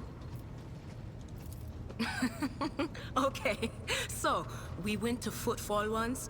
Well, I mean, Lord Captain Theodora went to Footfall a lot. But on that occasion, she took me with her for some reason. My day had gotten off to a bad start. My head had been yammering since I woke up, but there was nothing else for it. I had to go. We arrived at the place, and what a place! All the gentlemen and ladies dressed to kill, showing off their encrusted implants, all clustered around little tables. Well, turned out it was a gaming den. And not just any gaming den, but one run by somebody with deep pockets for people with just as much cash to splash. You should have seen it. People gambling away planets in a game of regicide. Anyway, so the Lord Captain wanted me to help her beat some guy. So I tell her, the chips won't land in your favor. You'll get a bad hand. Don't sit down at that table, your ladyship. But did she listen? Of course she didn't. If there's one thing she never lacked, it's stubbornness. So, they sat down and the cards were dealt. I'm hovering around like I'm not involved, but I'm keeping my eye on things. And everything in my head keeps getting louder and louder. Anyway, it's a good thing I realized in time that my mind wasn't going haywire over a losing hand, but something else. I made some excuse to drag the Lord Captain up from the table and took her away from that place. And a few minutes later, the room where we'd been... It turned out some wise guy had the same bright idea to bring a pet psyker along with him. One of those ones who just scuttle around in Footfall's underbelly. And the psyker just freaked out, I guess. After all the commotion, people went to see what happened in the room. And they'd all gone for each other's throats.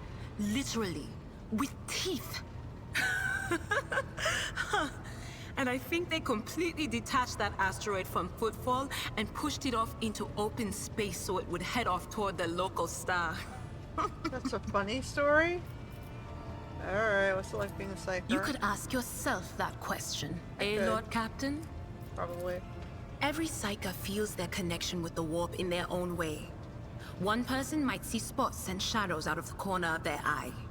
Another feels fingers running down their spine. As for me, I've got a door in my head. One that's open just a crack. There's no way to close it, no matter how hard I try. I've just had to get used to the whispers from the other side. When I need to use it for work, I listen in more closely. But I usually just try not to notice it. How do you live with it? Training, habit, and a little amasec and a couple other things you can get on the lower decks. If you put all those together, it makes things bearable. Sometimes I even wonder if I'm imagining half the voices I hear.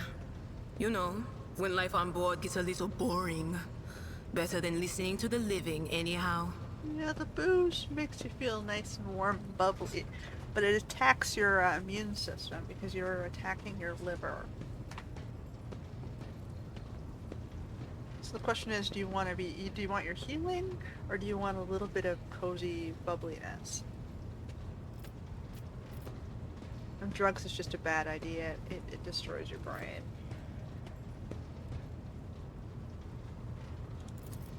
The thing is, the less I think about it, the less chance someone from the other side has to sense my fear. Let's not talk about it. Alright. Are you afraid of losing control? You know, what happened to me? Well, you remember. I thought I'd go crazy with fear. But now that I know you've got my back, it's like that cursed whispering in my head has grown quieter. It's easier not to think about the worst that could happen. Do you see my future? All right. That's what I'm here for, after all. So, I'm just going to lean on that door in my head a little more, prick up my ears, and listen to what the warp's got to say about you. If you'll allow it, I can listen right now. Let's do it. All right. Let's hear what they're whispering about you. Hmm?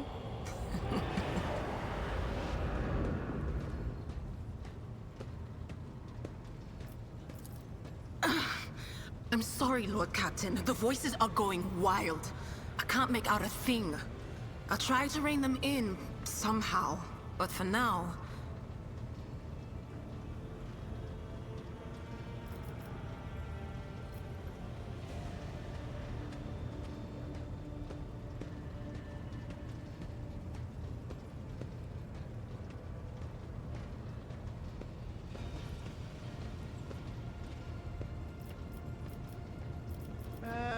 You recovered with the encounter with false Theodora. I'm not going to lie. I haven't. Maybe I never will. But I'm not hearing random voices anymore. And I haven't been calling anyone from the other side. No. All that's done with. After what you did for me, I can't let you down again. Very well, we'll hope for the best. Yes, ma'am, Lord Captain. We will. Things are strained between you and Argenta, right? The little sister is afflicted with her own set of voices, ones that whisper to her about corruption and heresy. The silly girl doesn't realize that if she wants to find the source, she needs to start by looking in her own head. I see. Oh, nothing else for the future? All right, let's hear...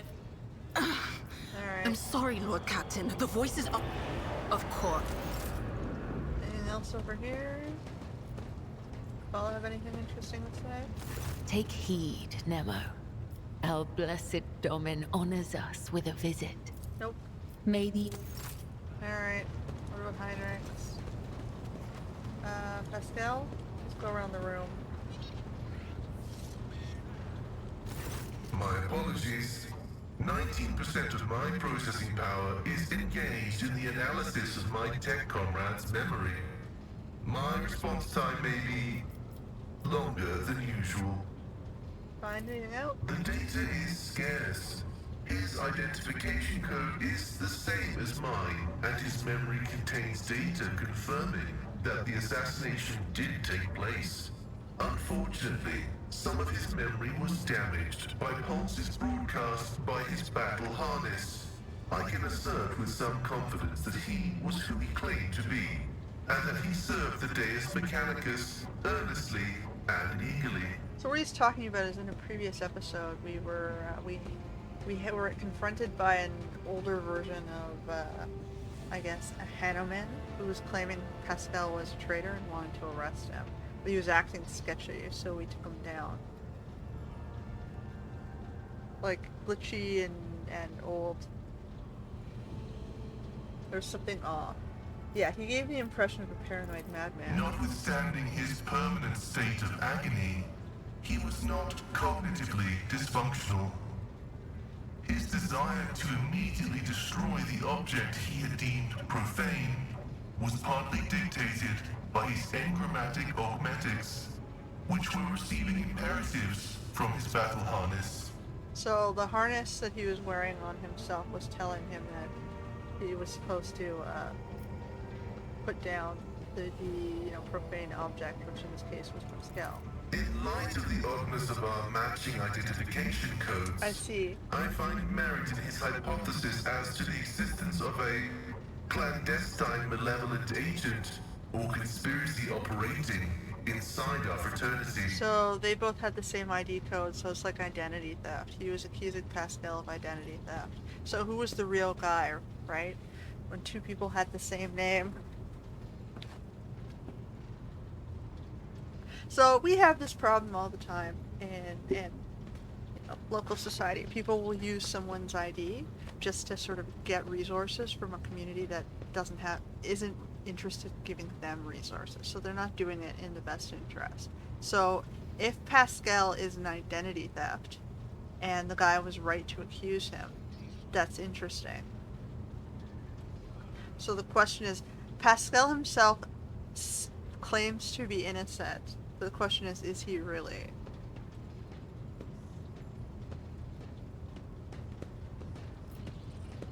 So what was behind it? No data available. I will hypothesize that the assassination was instigated by an enemy of the Blessed Amanat's doctrine. I accept the possibility that the assassins were targeting me, only to be led astray by Tarsus and my own identical identifiers. So it's like, who was the identity theft? Was it Tarsus or was it Pascal? I am concerned about the fate of Archmagos Amanat. According to Opticon 22, he went missing in the wake of the incident on an Arc Mechanicus, the Hermetico. Information about that ship and its perishing has been purged from the archives. I accept the possibility that the incident on the ship, the concealed data, and the assassination have all been part of a single conspiracy. So that's another thing from a previous episode. So Amarnat is a faction of the Archmagos that was sort of removed or usurped or displaced. So no one knows, like, from my perspective, I don't yet know if they're a negative component or if they were, taken over by another faction. So who's the good Archmagos? Is it the Amarnat faction or is it the major group that's operating right now?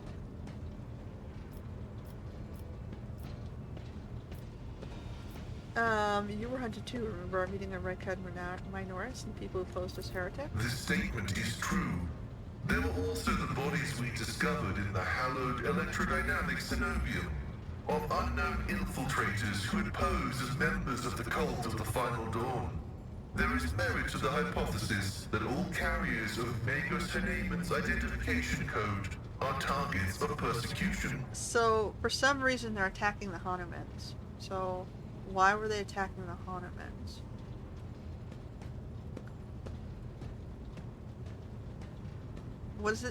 What information or status or resources do the Hanemans hold that are interesting to others?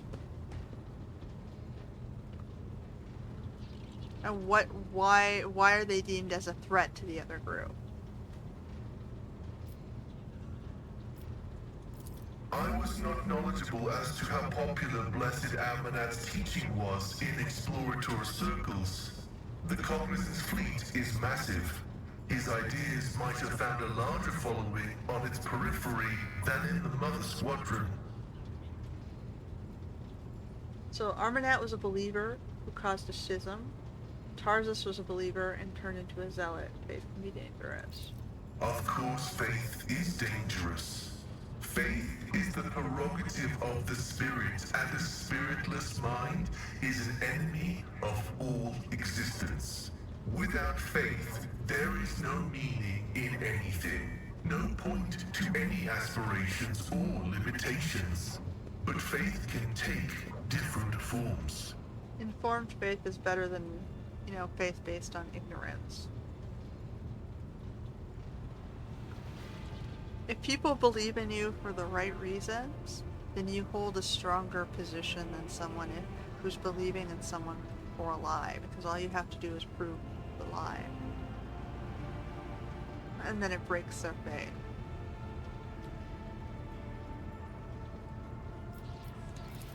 The form of prohibitions established by unknown elders.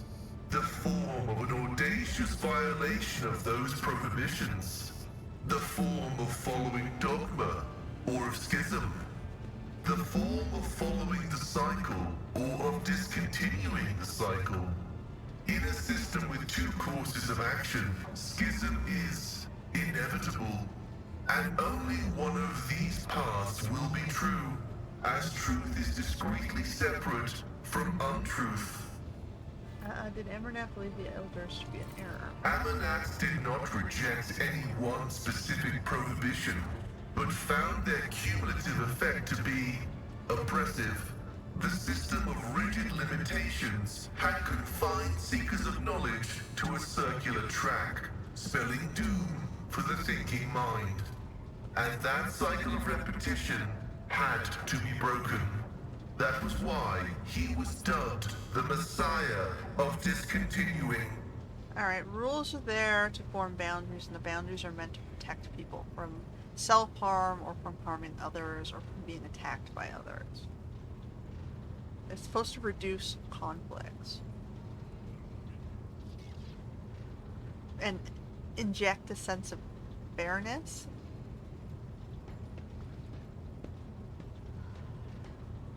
And prioritization. The problem comes when it's infected by corruption, people seeking self-interest or to abuse the system to profit themselves when they didn't need that profit in any way. Like, you still survive, right? If a person lives in a small house, they're still living, eating, breathing, clothed, surviving.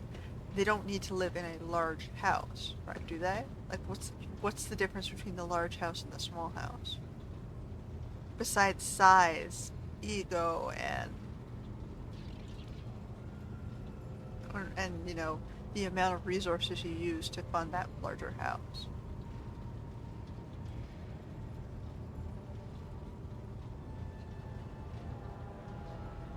So they argue, oh, that sounds communist. It's like, it's not about the communism. It's not, you can't save everyone. You can't feed everyone. There's too many people on the planet to do that.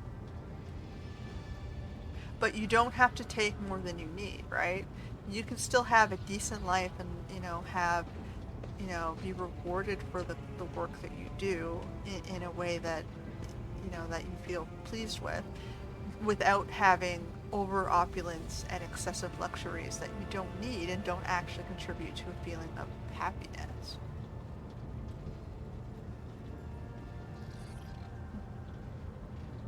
Like, ask yourselves, do the wealthiest people on the planet feel happy all the time? No, half of them are probably on drugs, fending off,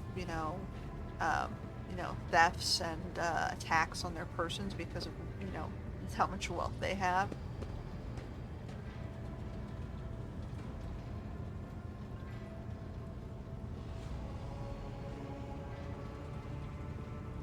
But if you have a position of authority and you're supposed to be using it for good, right? You're supposed to be protecting the communities that support you and that provide you well.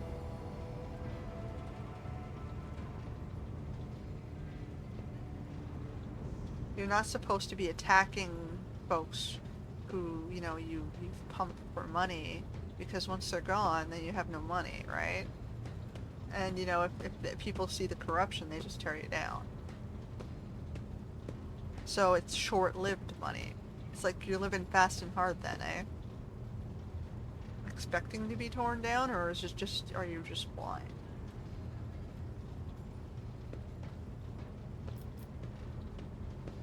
Anyway.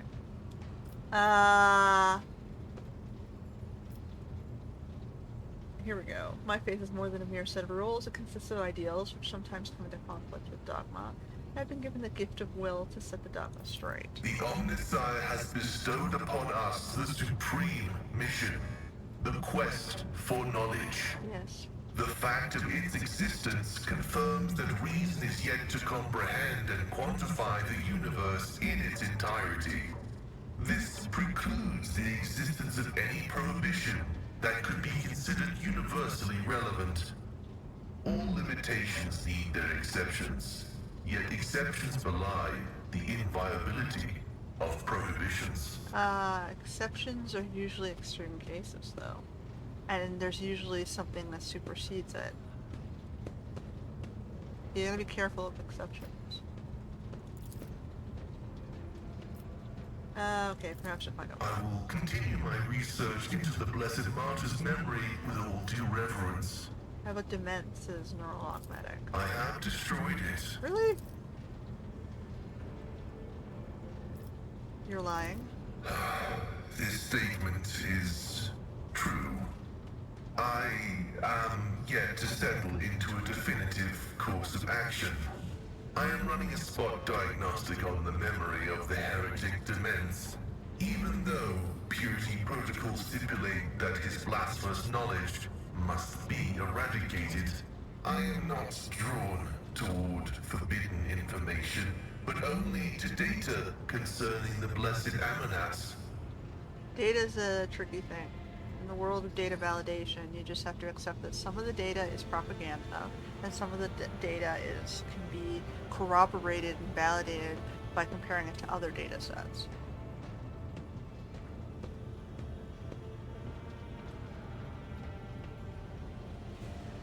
So, when you have data that looks the same in multiple regions of people who don't agree with each other, it's like, okay, well, four groups who hate each other all agree on the same thing, then it's probably true, right?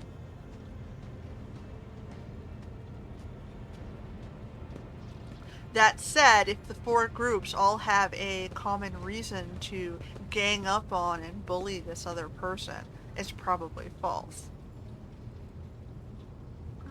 So you have to look at the facts. Like, you have to go break it down to the base facts, and without interpretations on them, and build up from there.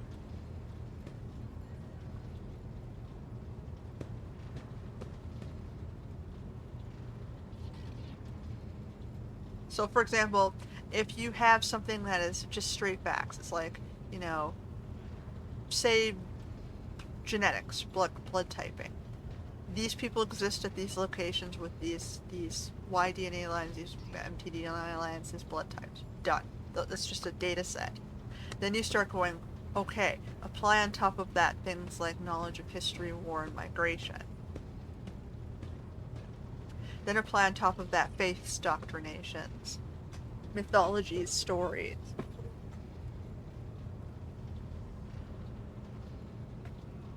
At the bottom, we know the base components, right? We know who they are based on their building blocks. That is a truth. There's nothing refutable there. It's a truth. Up a level, there's a layer of interpretation. We have knowledge of history. We can see where the ruins are. We can see who the peoples who are living there today. We can base the remains and link them and how they moved based on the genetics. So right, you say, where are the ancient remains buried? We can see the people with these DNA are of the same bloodline. We know they traveled this path. So we can see those peoples moved along these lands and lived at these times on those lands. That is a truth. And then we apply our knowledge of history and wars and religions and peoples on top of that to say, well, we think the conflicts, the migration might have been caused by conflicts of faith, conflicts of family lines, conflicts of resource gathering, conflicts of population sizes.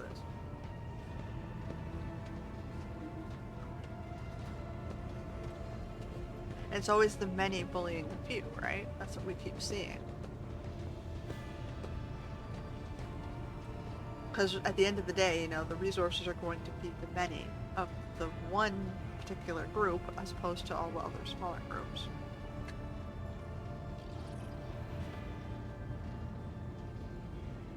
Anyway, what have you found?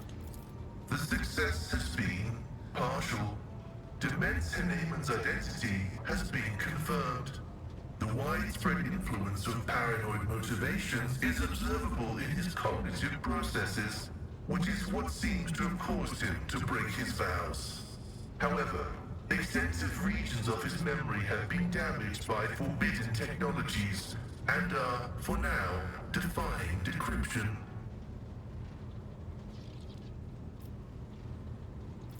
My study of the minds of the tech comrades, Abel, Tarsus, and Demence, has revealed an anomalous similarity between the patterns of damage their memories sustained. What I attributed to cognitive idiosyncrasies, synaptic damage, and the distortive action of scrap code may be the result of a different kind of influence. The undecryptable data fragments in their memory arrays are mysteriously symmetrical. So what, are they clones? An echo of the warp. Energies of the immaterium that had seeped into real space and taken the shape of a Vox signal. I have found recorded cases of similarly induced corruption in the archive. Listening to the void is a perilous occupation.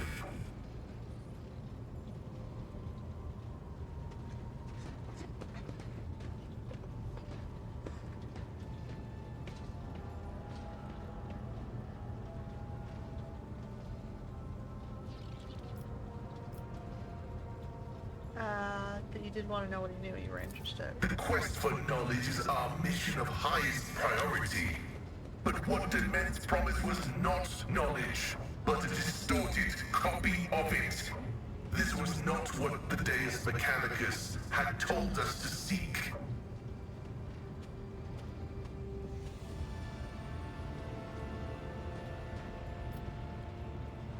Any information on Emernat? The data discovered is unreadable. It is encrypted, albeit only partially, and I hypothesize that the heretic Demence was attempting to decrypt it. I will take every effort to extract a larger volume of data. Information pointing to the unit referred to as the Maimed Hunter is alleged to be of critical significance.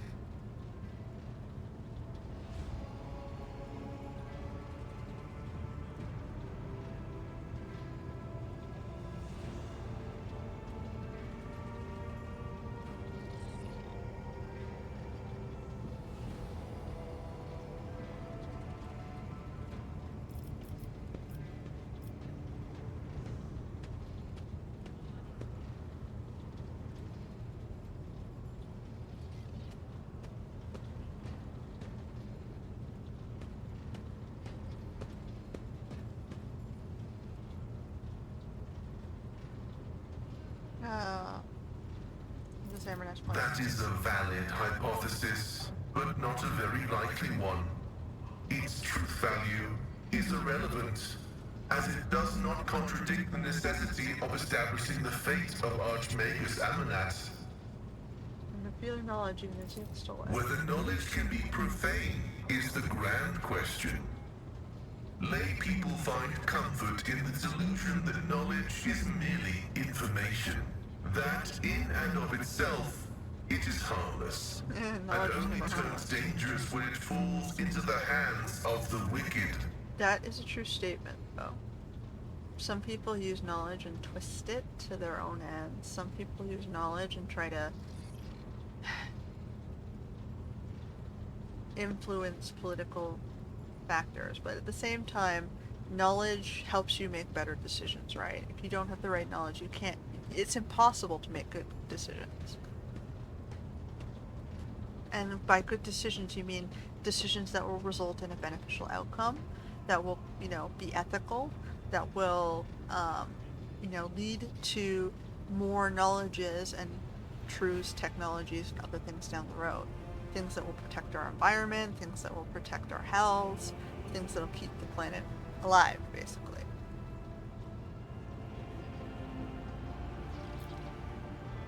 Like, if you give someone the wrong knowledge, they can't build on top of that. Like, if for example, everyone said, well, if, let's say electricity, we didn't understand how it worked, right? Electricity is a flow of electrons through materials, right? Without understanding how electricity works, we couldn't have computers, we couldn't have lighting, we couldn't have certain heating systems. So denying the existence of how that functions would have stopped everything in its tracks. Some say, well, that might have been good. We wouldn't have been building things. We wouldn't have been extracting metals. We wouldn't have been doing other things. It's like, that's a fair point. But then we would have also been, dying in filth and plagues and endless wars. We would have had short lifespans and been, let's put it this way, without electricity for heating, we would have torn the planet apart sooner, right? We would have consumed all the trees. We would have looked to other sources that other people already knew, that on a more primitive and simple basis. Look at the Middle East. They desertified. Why do you think they desertified? Because the early overpopulated Homo sapiens destroyed Africa. They tore down all their plants and trees for heating, to cook.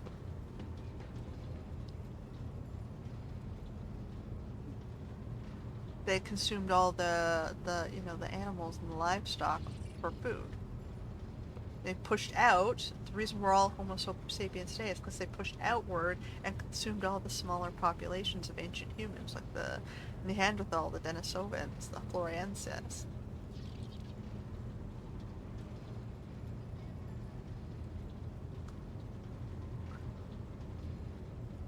Like, without the knowledge, we would have, we probably all would have been African already. Africans are like, yeah, man, let's all be African. Or Asians are like, oh, well, yeah, man, let's all be Asians. But, look at how you're living in Asia and Africa. Do you really think having everyone on the planet live like that is a beneficial thing?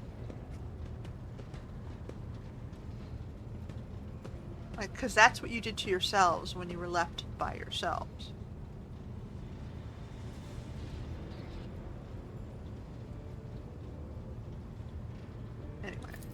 But that is not what I have seen. I have seen knowledge gnaw away at the minds of those who let it inside them. Yet I seek it regardless. Why? Perhaps because there really is no apostasy in knowledge. It is dangerous, yes, but not forbidden. For it was created by the Omnissiah. Some people argue, oh, no. Africa didn't do that to Africa. Colonization of Europeans did that to Africa. Step back for a second. Go take the blood tests and the genetics tests of the people that you consider to be white in Africa, you'll find that those are Africans. They have African male lines with, you know, white-looking women with African female lines. So you've got this white-looking person with an African mother line and an African father line. All you know is that somewhere along the chain line, you had a bunch of slavers that produced that person, and that weren't slaving black people.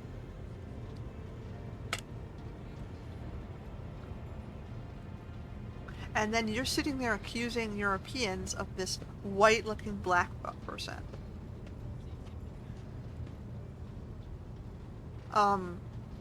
No, I reject your claim that this was a European. Who, I think the ones who slaved you were the African slavers who at one point in history slaved white people. They're still just African.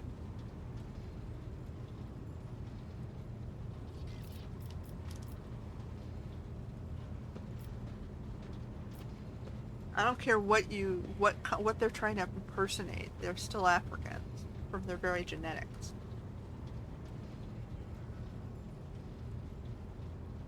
Anyway, not all. No, let's see. You seek knowledge because it's what you enjoy doing. So do what you enjoy. Otherwise, what's the point of living? That too is true. I thirst for knowledge, and the Omnissiah has rewarded me with the gift of a mission to seek it. Perhaps it makes no difference to him whether good or ill comes of the knowledge I obtain. He merely wants me to obtain it. But I laugh. Yeah, the African slavers slaved us first, and when you turned on them, they started slaving you. Are you really shocked?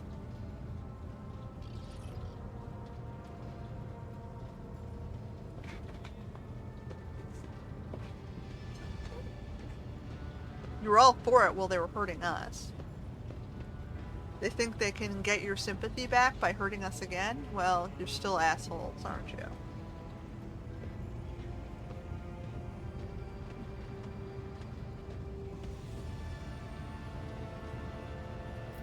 Anyway, continue research. Response? Affirmative. I want to know the truth about you. The request is approved.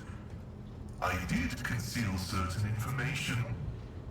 I was a student of Archmagos Amanat, but I committed an act of betrayal after he deviated from sacred dogma. You betrayed your own leader? For shame. What did you do? He fell into schism and challenged the sacred boundaries of knowledge.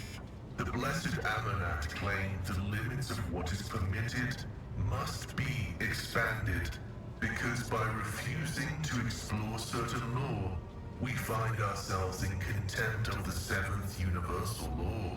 Comprehension is the key to all things. Alright, so in ancient Egyptian mythology, I think it was Thoth in the Emerald Tablet, it shows that he disagreed with their approach to rites of passage, where their peoples were sent out into the world to learn knowledge and then would come back to them later on.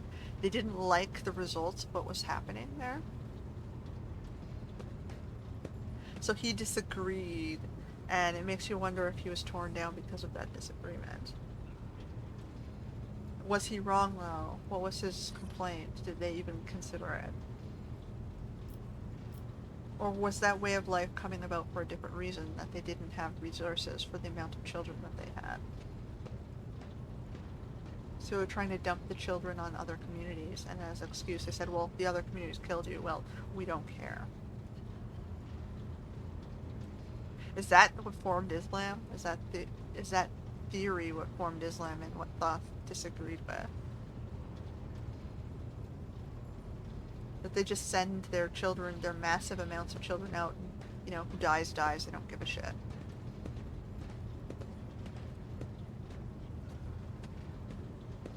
Because they know they're creating conflicts, they know they're hurting people, they know they're out there. But hey, if they bring back wealth, well, we'll give you a pass. Like, you can see where their temple is. They created the UAE, right? That's their magical city of wealth that people return to after, you know, raping the world of wealth.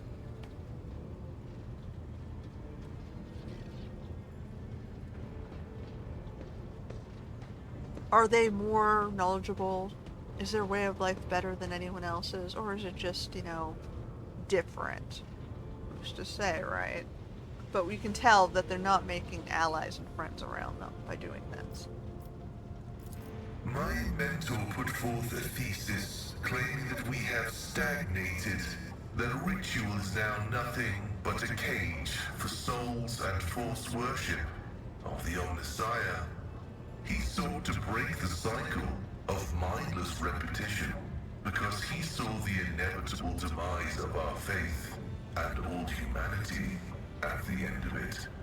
Like, you go, oh, that's just racist. You're just making comments. There's nothing wrong with you, Let me recall. Do you remember the gold theft in Canada where they attacked the Air Canada airport? The Indian peoples from TD ordered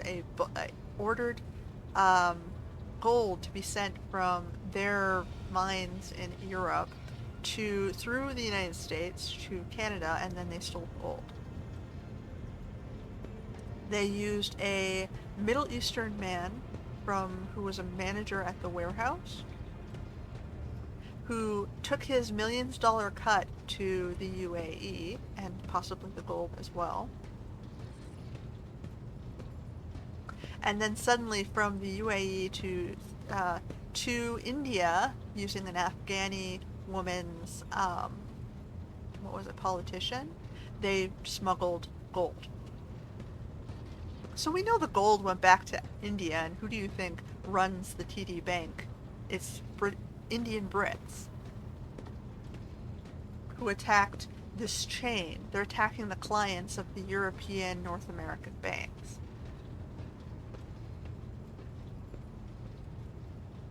And, they rewarded this, manager by letting him go to the UAE as a victory to his heavens.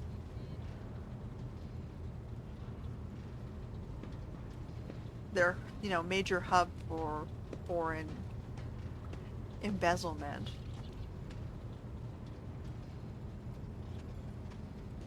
So we know that all this happened because the guy is dumb, and he, you track the news articles and you track the photos of their travels.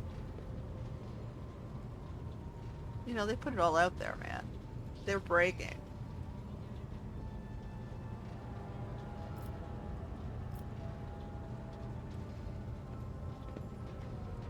Anyway, la la la la la.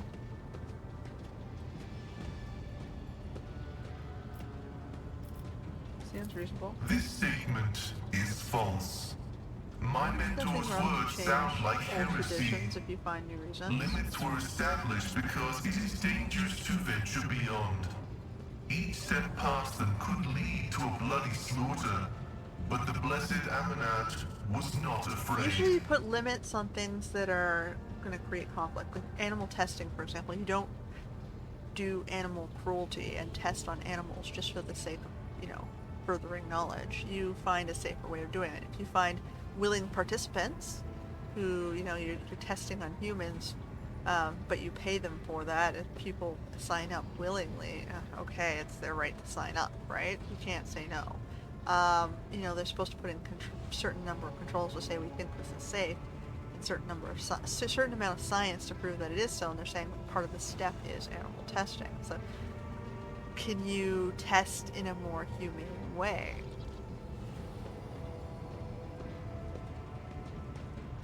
Can you say clone animals and then test on the clones that you created if they were created for the purposes of the test? Can you, do you breed animals for the sake of testing them? Like, these weren't free animals. Is it cruel to bring that thing into the life just to test on it? So then you have that argument as well.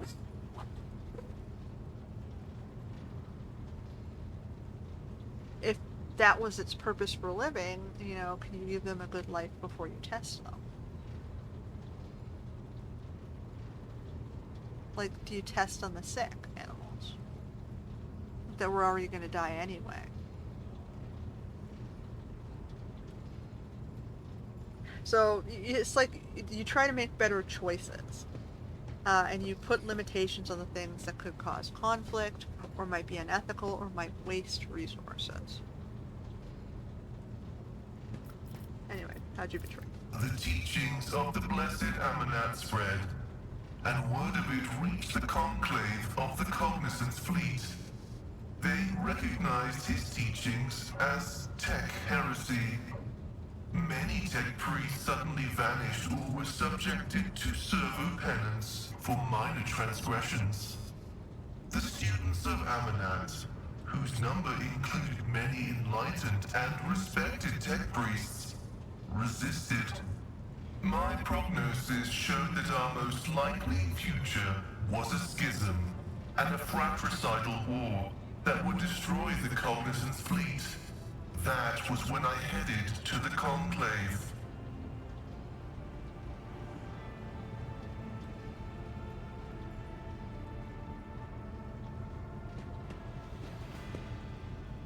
Alright. I confessed and handed the information about my mentor's research over to the Conclave. Brazen he got anthematic him kicked studies out. of the forbidden law.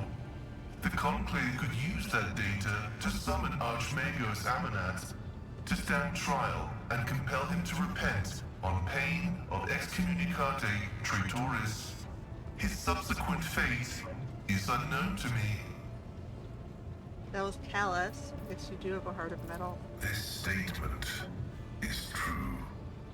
However, I took this step out of loyalty to my mentor. He rejected caution and was leading us to a blasphemous war where he would become the first and most important victim. I did not want to witness his destruction and tried to force him to submit. So he chose for himself, he thought he was going too far. And tried to get the authorities to stop him, and they kind of cut out a portion of this sect and created a divergence. I wanted to return to my mentor and share his fate, but the Conclave found me repentant and sent me to the station Altar Templum Calixus X-17, where I was to atone for my previous transgressions.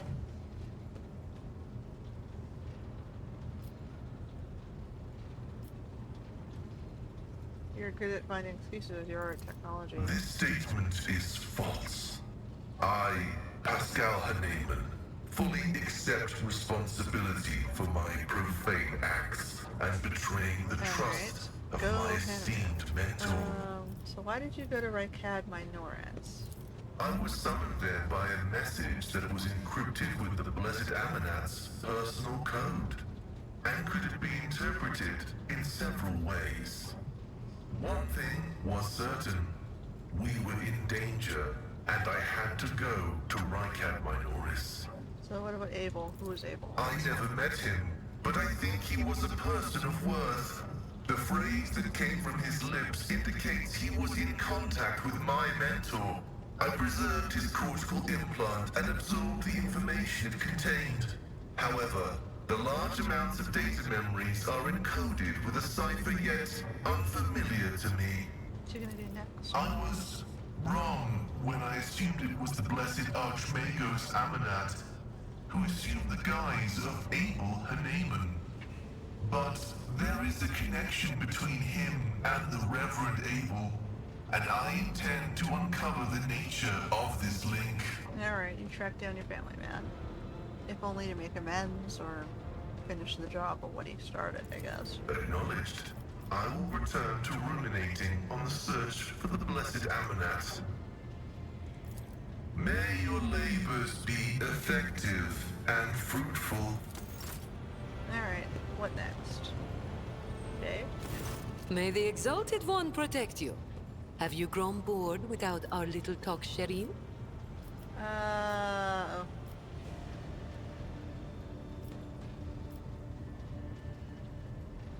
I've seen enough of the shiny wrapping in the furnace expanse. Tell me this dark side. The dark side is the real Coronis Expanse, if you ask me.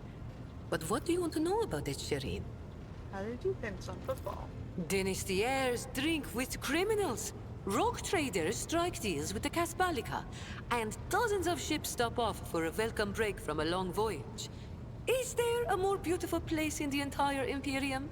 The Emperor is merciful to the meek and the powerful alike. There's a job for everyone as long as they have a head on their shoulders. And if you feel like talking to him in person, the statue of the Exalted One can be seen from any asteroid. You can pray to your heart's content.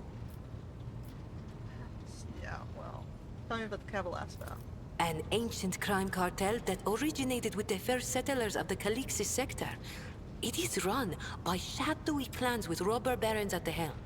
Cross their path, and you risk making enemies all over the Coronis Expanse, or even the entire Imperium. As for the agents, they are just shameless, greedy scum. Every third person on Footfall is a Casbalican. But that doesn't mean all that rotten filth is acting together. I've been set up more than once just so some Casbalican can get one over on his rivals. And yet, the Casbalica is generous to its customers, if you can afford it. Anything can be obtained, organized, and transported for the right price. The customer is always right, unless they happen to be a rat. In which case...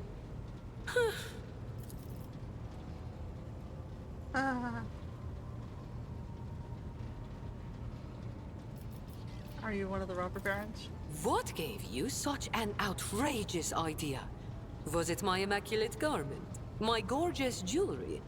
Do not worry, Shireen. I will let you know once I become a baroness, should the Exalted One will it.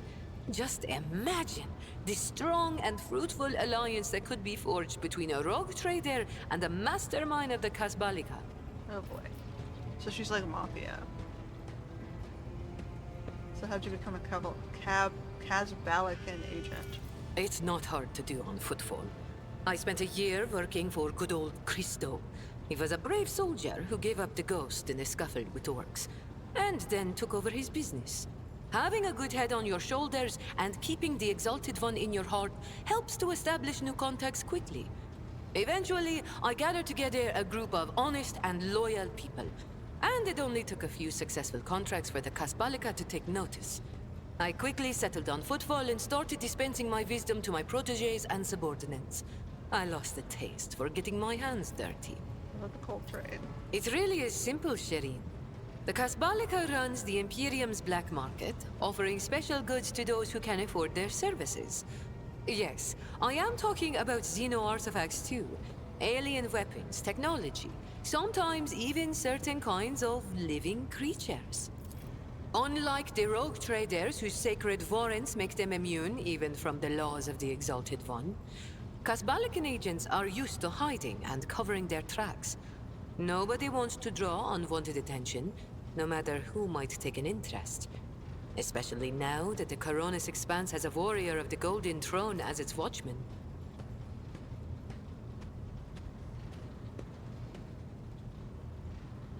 I see. Why not? The decision is yours, Shireen. You don't look like the typical smuggler. No truer words have ever been said. I'm far more exciting than some small-time peddlers from Footfall. Allow me to introduce myself properly.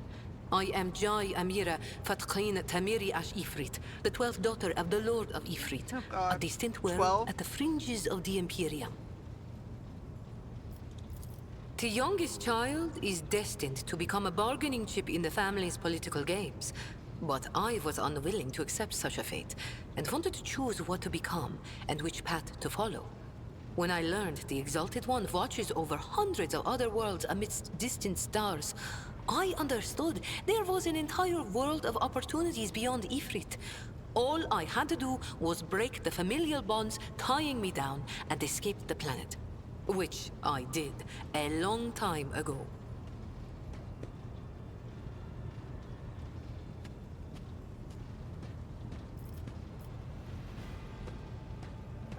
why did you come to Cronus Expanse? The Coronis Expanse. A gorgeous name, isn't it? But this backwater wasn't my original destination when I escaped, Sherin. Oh no, it was the rumors of incredible freedom that brought me to the Coronis Expanse. Freedom that is generously bestowed upon everyone who can survive in these parts. All doors are open here. You can become a saint, a mogul, a kingmaker, or anyone you like, really. Here, hard work pays off.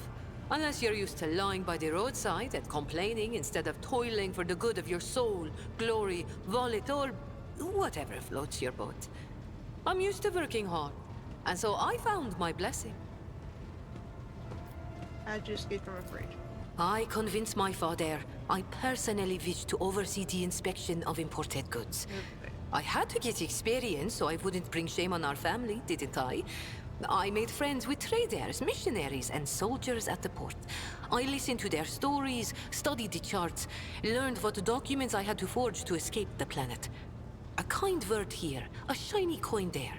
And here I am, in the iron belly of a ship, braving the void in search of a new life. Alright, so she's just an adventurer seeking to run from where she started. Okay.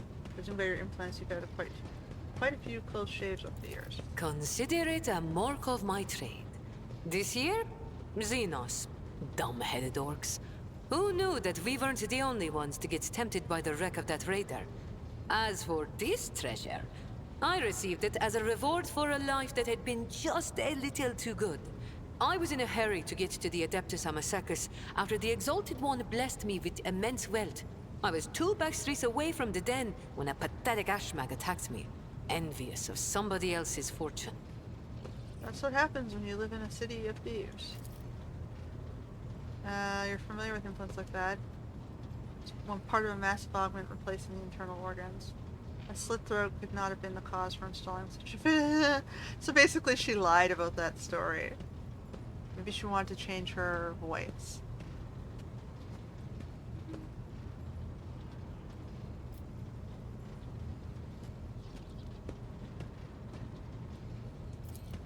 All relationships are based on mutual trust. That goes for business too. You're telling me tales of your colorful past, Jay, but I don't feel like they're all true. Listen, Shireen, the giver of happiness and the dearest of my friends. I am who I am. A cold trader, a Casbalican agent, and your partner. We each have a past, and that past is sealed. I'm not prying into your soul, am I? Well, have pity on mine. It has already been gnawed at by the Aji. And if you don't like the sound of that, we'll just go our separate ways. Deal? All relationships are based on mutual trust. That goes for business too. What did you know about Theodora? It is difficult not to be aware of the powers that be. Especially ones like Lord Captain Theodora. But we never met personally, as the difference between our positions was far too great. Theodora was a mighty ruler, the center of her own universe, and I, a pathetic speck, was nothing next to her. But you were kind to me, Shireen, and in my eyes, that puts you above your esteemed aunt, or whoever she was to you. Great aunt? I don't know. Tell me your business in Cronus Expanse. My trade means knowing the right people and non-people. Having the right connections and making sure the precious goods find their way into the hands of my no less precious customers. My wisdom includes the knowledge of the enemies of humankind, be they Xenos or the lowest scum in the Imperium, as well as the latest knowledge about how much they charge for any particular curio at the footfall market. Not even the most cunning Aji will deceive you as long as I am with you, Shireen. I promise you that. Whatever I have can be yours too, if your unfathomable wealth isn't enough for you already, I mean. Do business with the enemies of humanity. It has been known to happen. After years of dealing with Xenos, I've learned their customs, and even got a grasp of their language. Except they cringe whenever I start speaking. Arrogant sods. They dislike even our voices, but they never turn away our valuables. Then again, I'm used to seeing sour faces. In this trade, the easily offended go out of business. Perhaps your knowledge will serve. I have no doubt you will have to deal with Xenos sooner or later. When that time comes, Shireen, you will thank the Exalted One for sending me to stand at your side. Are you really that rich? Compared to the rabble on footfall, perhaps. Compared to you. Be it power or money, I still have a long way to go. I could purchase one of Footfall's asteroids, but not a planet. I could subjugate a few gangs from the shady districts, but not Vladium. And so the answer to your question is no. I do not consider myself rich. I am not rich enough. Oh, the obsession to be on top. The problem with wealth is, eventually, you can't use it for anything. Like, look at why so many wealthy migrants exist. It's because there's nothing in their overpopulated communities. There's nothing to buy there.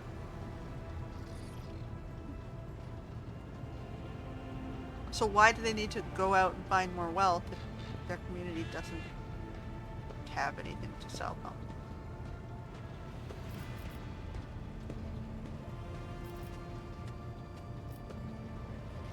Okay, you could be reaping the fruits of your own work, so why have you chosen to embrace the vicissitudes of life before the way show? You're fun to talk.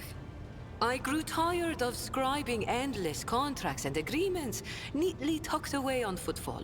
Well, I did that for how many years?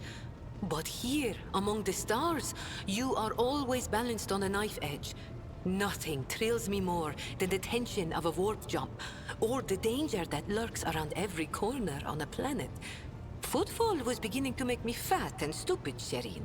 I do not want that.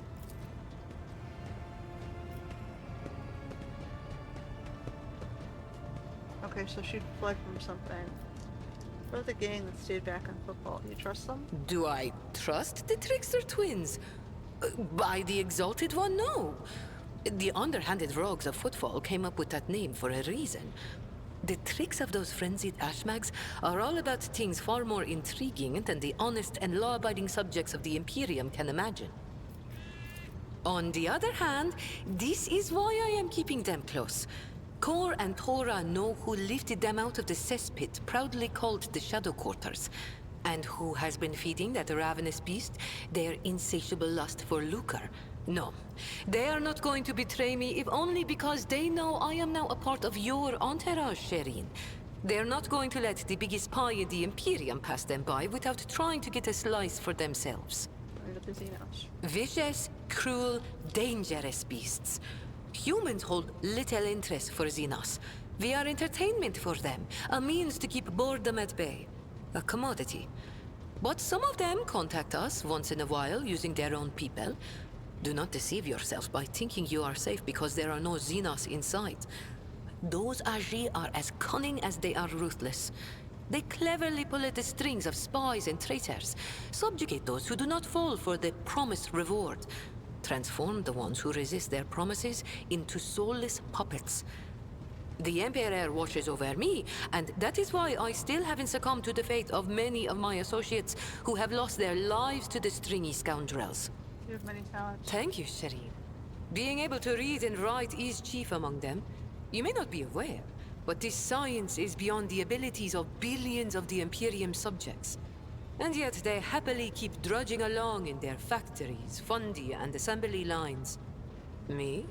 I didn't escape Ifrit to consign myself to such misery.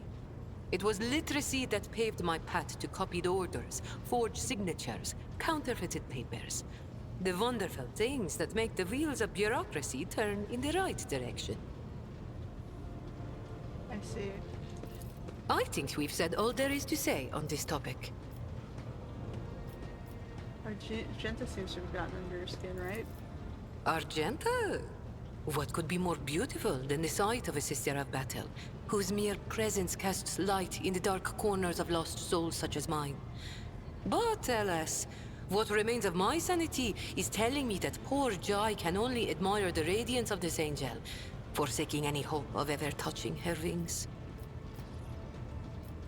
What about Shireen? The language on Ifrit, my home world, is quite different from the one spoken in the Coronis Expanse.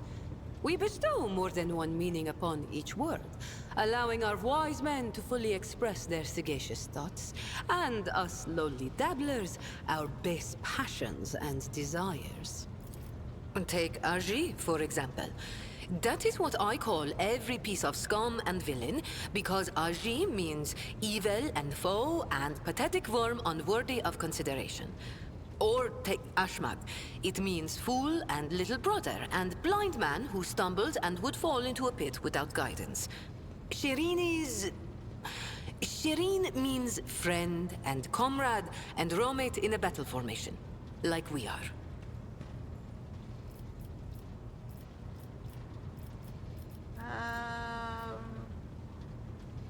Should I feed her merchant bullshit? That might be bad. But it might be part of the plot. Oh, Shireen!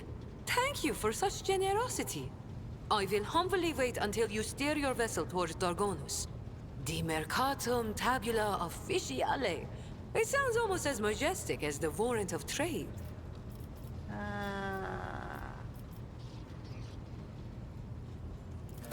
Or lucky lady, you mean? My heart has been coveted by proud men with hard eyes, gentle maidens with sensual voices, imperious lords and fierce leaders of void brigands.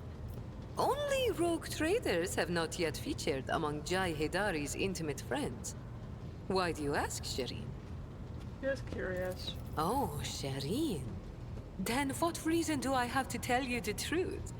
Every mystery once solved ceases to excite the interest of an inquiring mind. Why are you avoiding the answer? You are prying at the treasures of my soul, my little secrets. How else can I keep them safe from such a powerful robber as the rogue trader?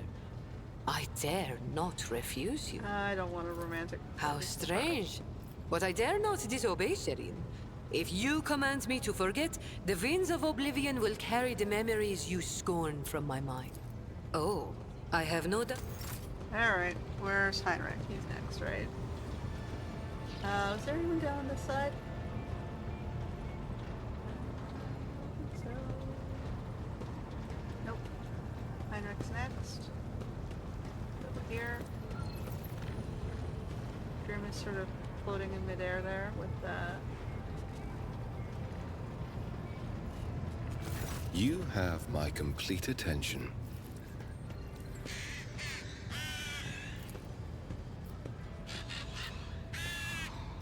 I think we are ready for the regicide boss. It will be a pleasure to acquaint you with all the intricacies of the game that I know of. Lead on.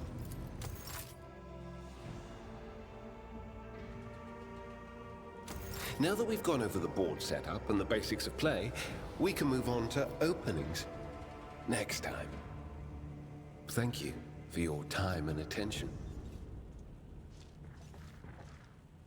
You have my complete attention. Nope, that's it. Teaching me how to play chess or whatever, the chess equivalent.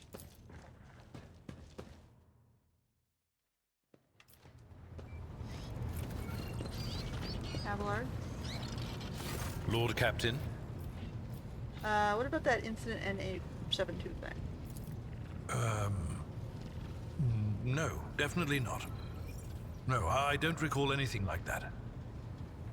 I trust him. Lord Captain. Anyone else? Almost? Adira again? Okay, let me just finish talking to the crew since I'm doing this pass. Magenta? Lord Captain, your presence is welcome. And I wish to apologize for my prior coldness. After our first meeting, I was concerned that he would turn out to be another faithless offshoot of the von Valancius dynasty, like the traitor Conrad. But now I see before me a worthy leader and servant of the Imperium. I am glad to accompany you in your endeavors. Hey, what about Salus Prime and that relic? Of course. My mission is all I can think about. Remind me, what is it? To find the way to the planet called Salus Prime. Saint Argenta is my patroness, and that is where her fallen ship is. and it must also be the resting place of her great relic, the One Star. Tell me about certain Argenta. Gladly. Listen. Long ago, there was a blessed world. Thousands of stars covered the sky there, so bright that its denizens hardly knew the darkness of night. Thousands of rivers nurtured the soil. Thousands of gardens bloomed every spring, and at every moment, thousands of prayers were flying into the clear air, thanking and praising the Emperor. But one day, the people learned the meaning of darkness. Like a storm, accursed heretics who had sold themselves to the archenemy descended upon the planet. Shells flew from the sky that desolated whole cities and burned the gardens and filled the riverbeds with the blood of the faithful. Smoke and soot swallowed the skies and the 1,000 stars that had once shone over the world. Among the handful of survivors was one orphan who had watched all her family die, and the garden she'd grown up in burned to ash. But in her heart, she knew the absolute truth. Just these 3 words.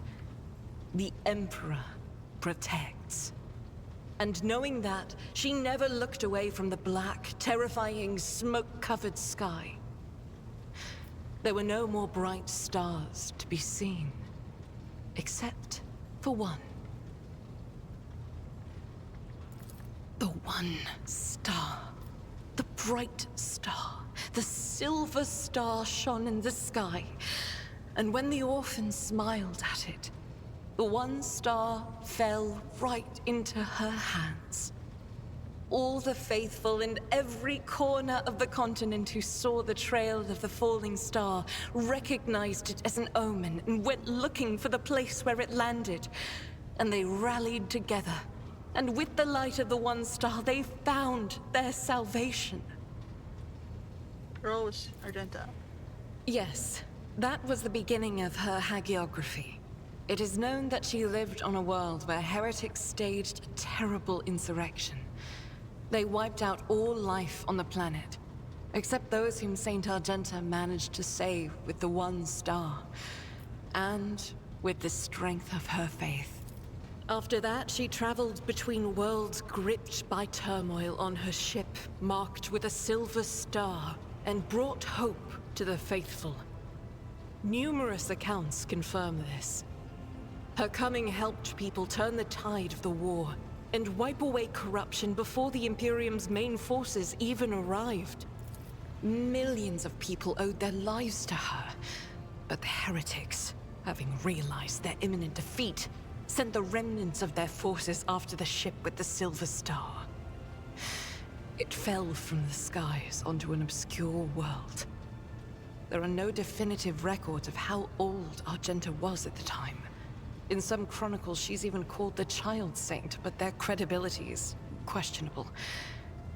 Either way, she didn't live long, but she left a bright trail in her wake, like a falling star. So what is the One Star? If I only knew. Neither the hagiography nor the legends give a straight answer. Classical iconographers believed that the star turned into a banner woven from silver thread, which, when brought onto the battlefield, would shed light that blinded only heretics, but did no harm to the faithful. Most of them portrayed Saint Argenta as a girl carrying this banner.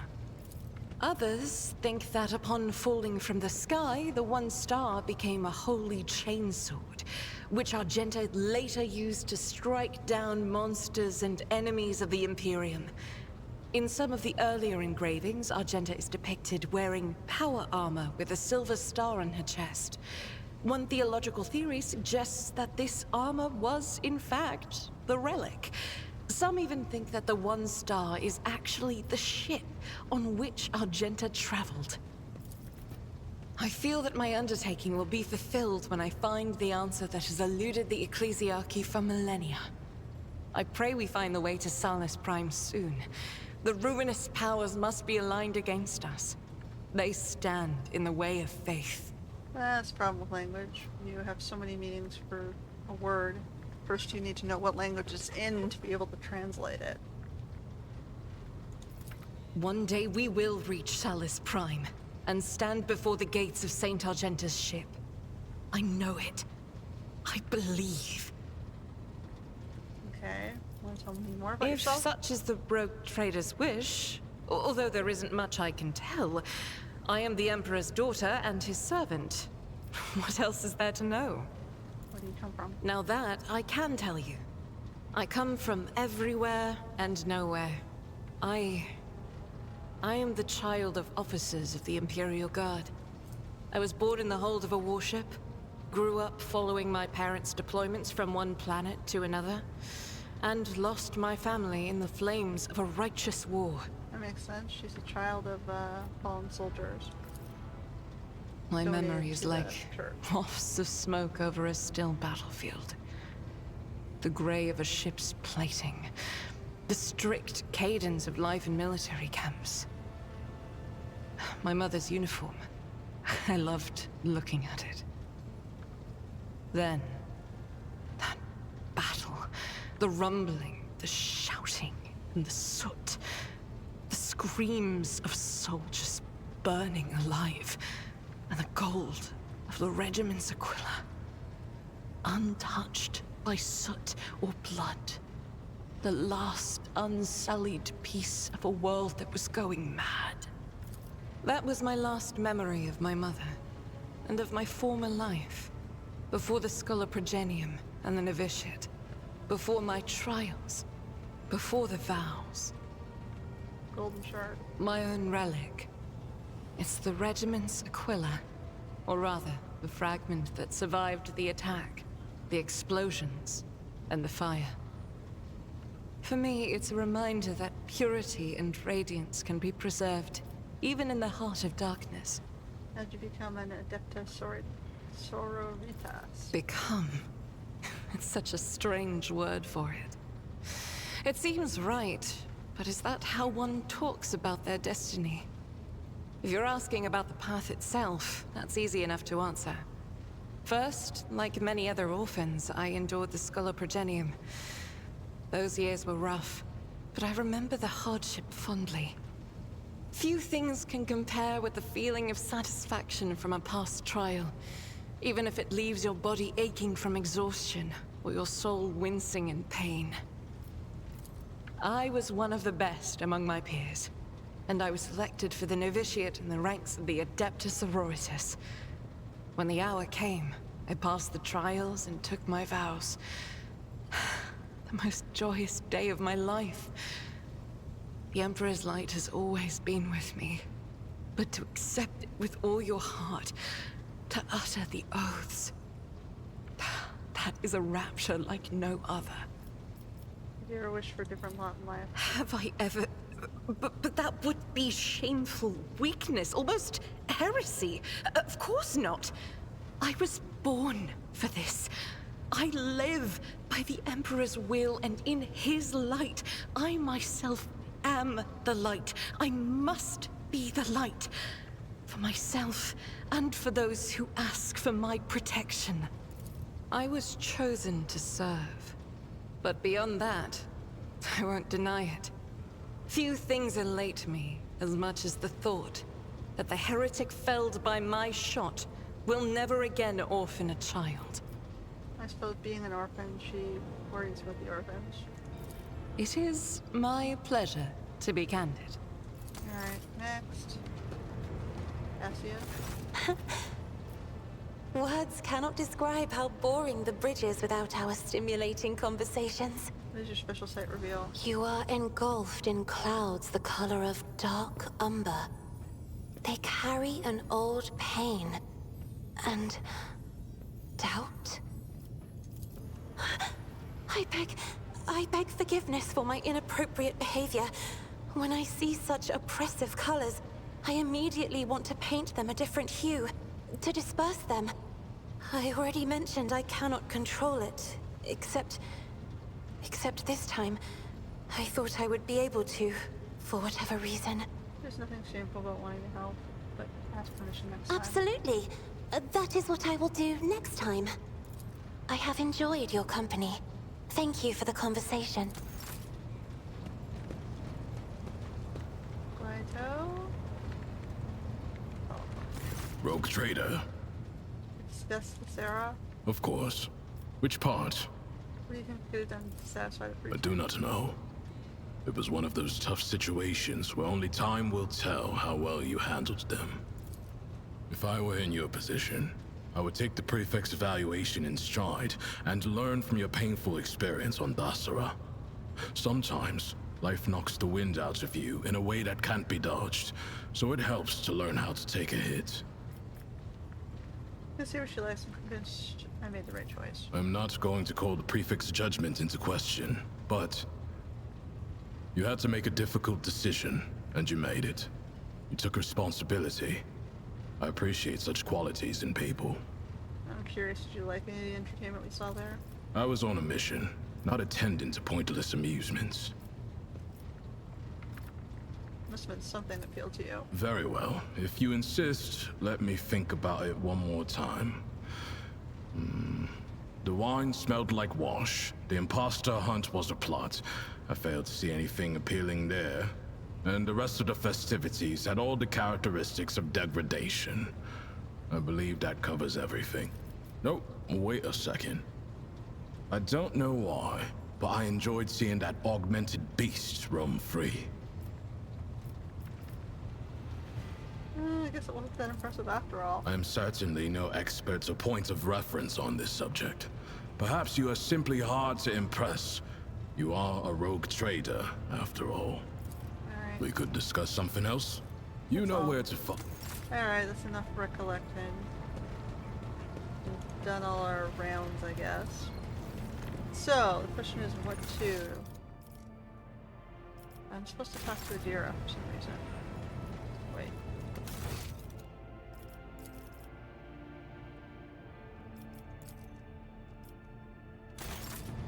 Adira or Abelard for some reason. Lord Captain. I guess Lord that's Captain. not gonna help me. Wait and search.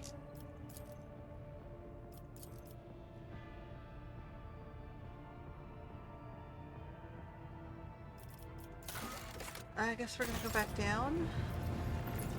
Help her with her mercantile certificate.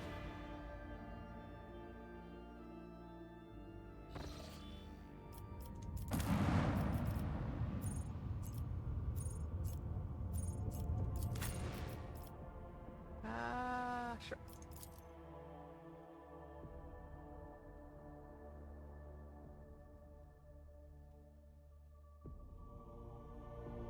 I'm totally gonna regret this, huh?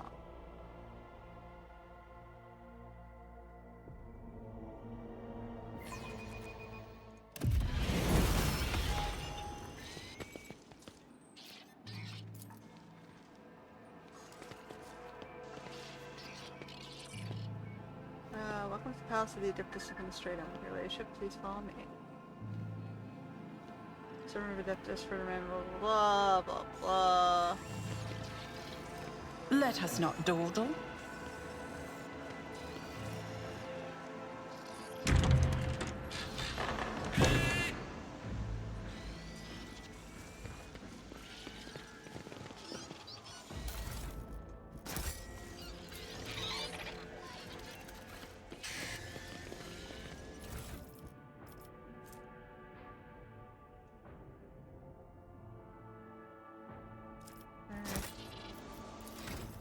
Should level her up, I suppose.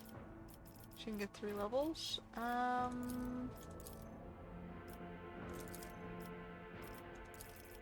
Radio perception, or intelligence.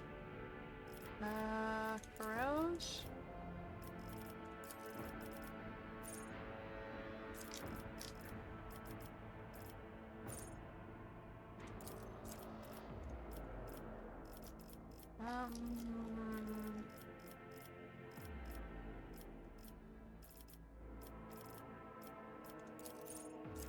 More life? whatever. I guess you're talking to the Master of Seals here?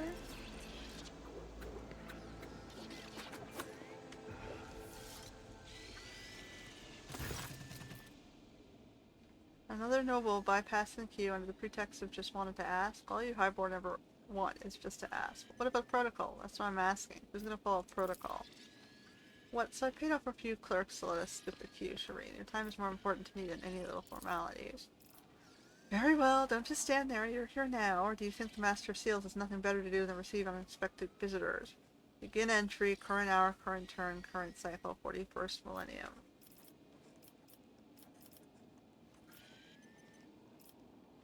What is this? Oh, tell me about yourself. I am the law, and I oversee order in the sector of Coronis Expanse, as well as on worlds of the Von Valencia's Protectorate, in accordance with the ancient covenants made by your ancestors. I hold the power to grant petitioners what they seek and to punish criminals for failing to carry out the Imperial's will. She's ancient enough herself. Look at her. She's a bona fide living mummy. What is this place? You are in the very heart of the palace of the Adeptus Administratum. Day and night, hundreds and thousands of prefects, ordinates, scribes, servants, servitors carry out the duties of humanity and the Von Valencius dynasty here, never setting foot outside its boundaries for decades at a time. But knowledge comes through comparison. There are entire worlds belonging to Administratum, so that this palace is but a humble cog in the blessed machine of the Imperium. Tell me about the work. One would think the Protectress there has no care for her tongue, as she was so willing to wait it to the point of blistering. However, I despise servants of the Emperor that I am, do not possess the gift of unallocated time. It's just a matter of your application. Fine, she wants some Mercantile. Take it you are a sponsor. In that case, you may submit a written application in conformity with template 40401, as well as written permission for the processing and notarization of the personal data of your most sacred personage. Without it, I cannot issue Mistress Haydari, the form for collecting the seals required to obtain the Mercatum Tabula Officiale, certificate of an official trade representative. Seals? What seals? We'll discuss that when she's prepared the document. There's only one thing that can kill you here, Dylan Ren, and that is old age. Just complete the damn form.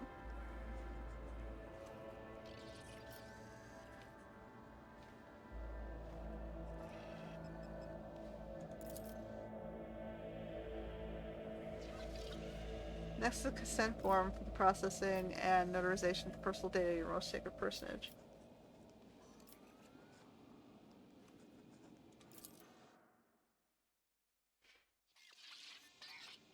Protocol executed, application received, processed approved. Come on, esteemed Damar. What's that you were saying about seals? Here's your document. Unfortunately, it does not yet have legal force. I can certify it as a sacred Mercatum Tabula Official once it has received 2 seals of approval. They're easy to obtain, in the Imperium Court Administrative Servitors have been handling such tasks for 50 years. There's one such servitor here on Dargonis in the Rogue Trader's Palace. The second is duty-bound to keep the seal in the Telecos Epsilon system. Why can the seals not be affixed here? One of the seals must be kept in the Palace of the Ruler, remaining the symbol of unbreakable link between the Sacred Warrant and the Adeptus Administratum. The other is held in accordance with some other decree. Unfortunately, after a fire 200 years ago, all that remains of the original decree is an amendment certified by an unknown adept with the initials AA. No instructions repealing this decree were ever received by the Holy Tarot. Therefore, the seal is still there. There was a time during my earlier years of service when I performed the duties of a secretary in charge of logistics reports at a local administrative office.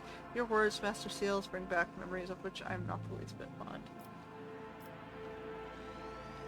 Fine. I always have a backup plan. Bureaucracy. See, most of these forms, I'm sure, is just to gather data to abuse you in the future. Because the people working in the office are gathering things they do not need.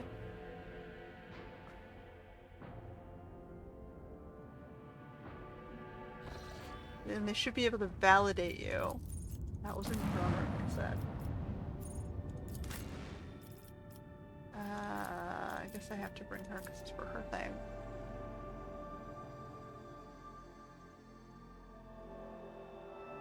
Although it probably doesn't matter, I'll just throw her somewhere. So did you guys clean up the mess? Since I spent all that time talking to my crew and doing other things. Wow, that was the fastest cleanup.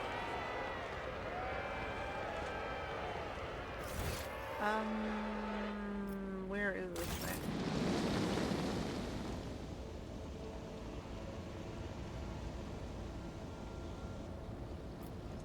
Guess I was supposed to just go straight to the throne room.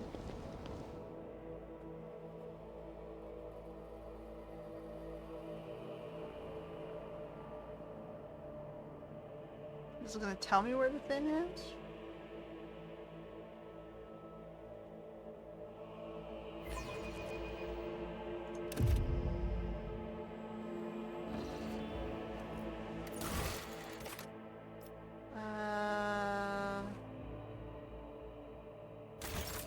Okay, so we gotta go talk to our... Wow, they did an amazing repair job.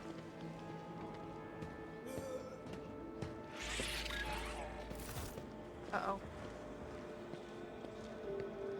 Mistress Sidari, my patience is not easily exhausted, but since you are coming very close, I shall repeat it once again. Whatever. Just stamp the damn thing.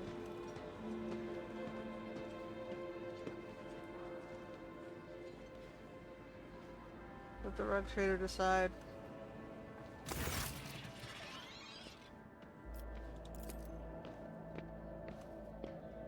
As the Exalted One is my witness, Shireen, I've tried everything I could to spray the unnecessary headache over the seals for the Mercatum Tabula. I even showed this aid with a temper worse than the sandstorm, the certificate with your signature.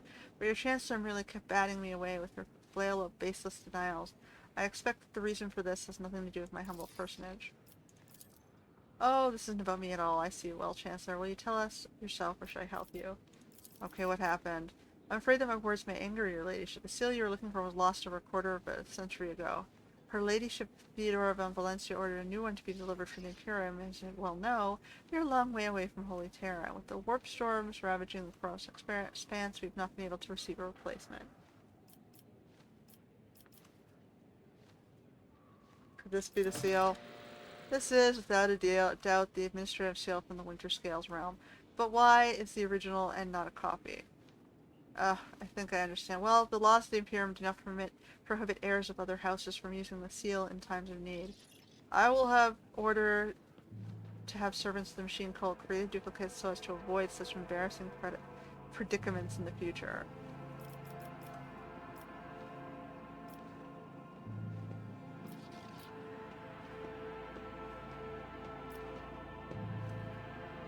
Something I must discuss with the Chancellor in private. Oh, by all means, Shireen, I dare not waste any more time in the precious balm that is your time on matters related to me, if I may excuse me.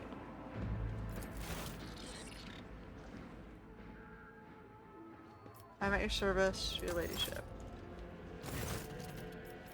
I guess that's that. Is that it? We got it?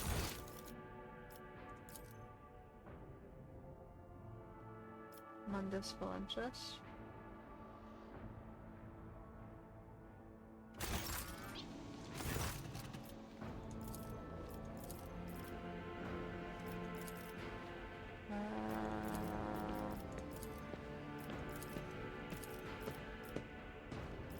Whatever.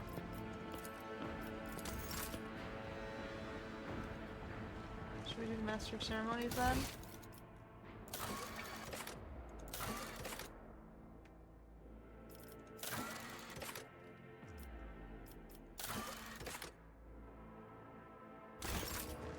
Fine, let's do this. Your ladyship is a great honor to serve you in undertaking as monumental and glorious of the Magnae Accessio ceremony. So you've been entrusted? I have indeed, your ladyship. I have been given the high honor of being steward of this eminent palace on the occasion of your ladyship's ascension. I will be overseeing the preparations for the ceremony. House Dervistim, to whom you entrusted the arrangements of the festivities, wishes you a good fortune and is sincerely delighted to serve you as they serve the Honorable Theodora von Valencius before you. Is everything ready? The palace decorations are prepared, and we are ready to begin at your command. The festive activities in the capital have likewise been arranged. The guests of honor have either arrived on the planet or are awaiting invitation in your orbit.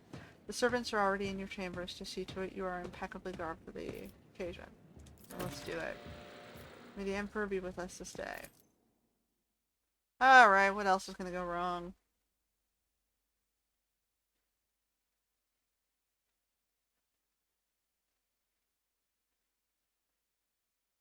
We're closing off this chapter and everything we've done in it.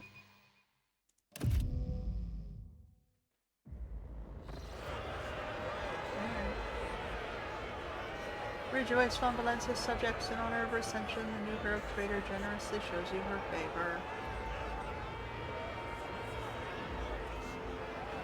In the name of our prosperity and the triumph of justice, these profaners, traitors, and embezzlers shall face their stern execution. Inform the authorities of any transgressor you know. Praise the rogue traitor who cleanses our home of parasites and predators.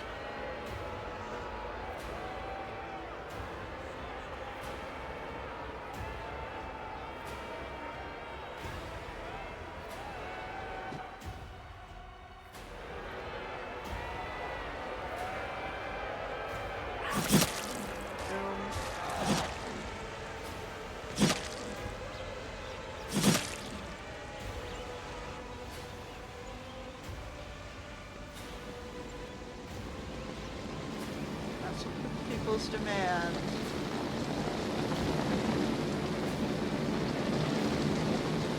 Get rid of the violence in the games.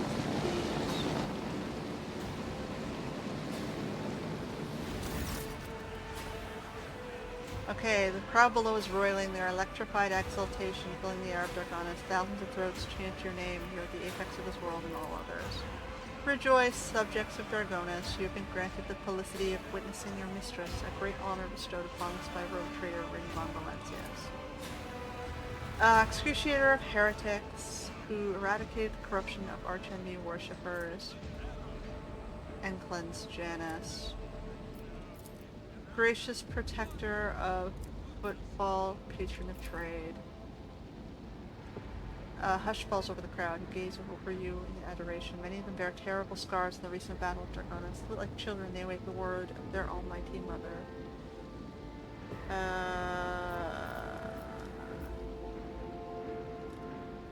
Okay, so I can go dogmatic, iconoclastic, heretical, or I can just speak to my peoples. Serve faithfully, and I will lead you to prosperity. The crown's expanse will enrich us all. The crowd of people for whom prosperity amounts to a dozen food rations responds with enraptured howling. Their minds are carried away along the road of your words. Too bright a future they will have every day. You hear a rustle behind you as Heinrich leans forward in ceremonies bow. In that moment, the eyes of your many subjects flare with fanaticism. A single unassuming gesture from an unassuming servant in the Inquisition serves to them as the ultimate proof that the hand of the Emperor truly is at work in this dark sector. Adequate. Dargonis is not disappointed. Do you remember the next part? Yes, the ladyship will be asked to take the oath. The Master of Ceremonies bears to you with great reverence. Let the oath of the Von Valencia's dynasty be taken. Please repeat after me, your ladyship. I, Rin Rogue Trader, by the grace of the Emperor, vow to be the paragon of humanity. Sure. Unbroken by adversity, to walk bravely, burst into darkness, to unite and reclaim what was lost, to triumph over nightmares untold, to hold boldly the reign of fate, to walk steadily the road of thorns, through pain to greatness. You hear rumbles, the roar of the sea of your subjects, of jubilation, devout fear, they welcome their century. It's done. Okay, great.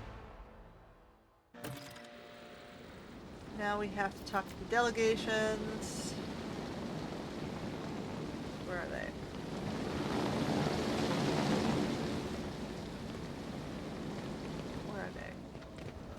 Where they at?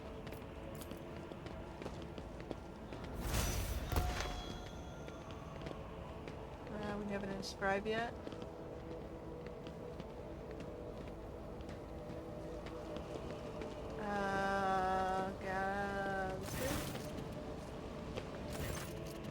Governor Urban Drivestem stands surrounded by Hybern guests like a planet orbited by many moons. All his charm is directed at man in resplendent power armor adorned with the sigil of the Inquisition. But as soon as you approach, Drivestem is the first to give you an elegant bow, getting ahead of the rest in expression of loyalty. This is a great day, your ladyship. I welcome you to my palace, honors guest. You're buffeted by a salvo of congratulations and compliments. Look at them all.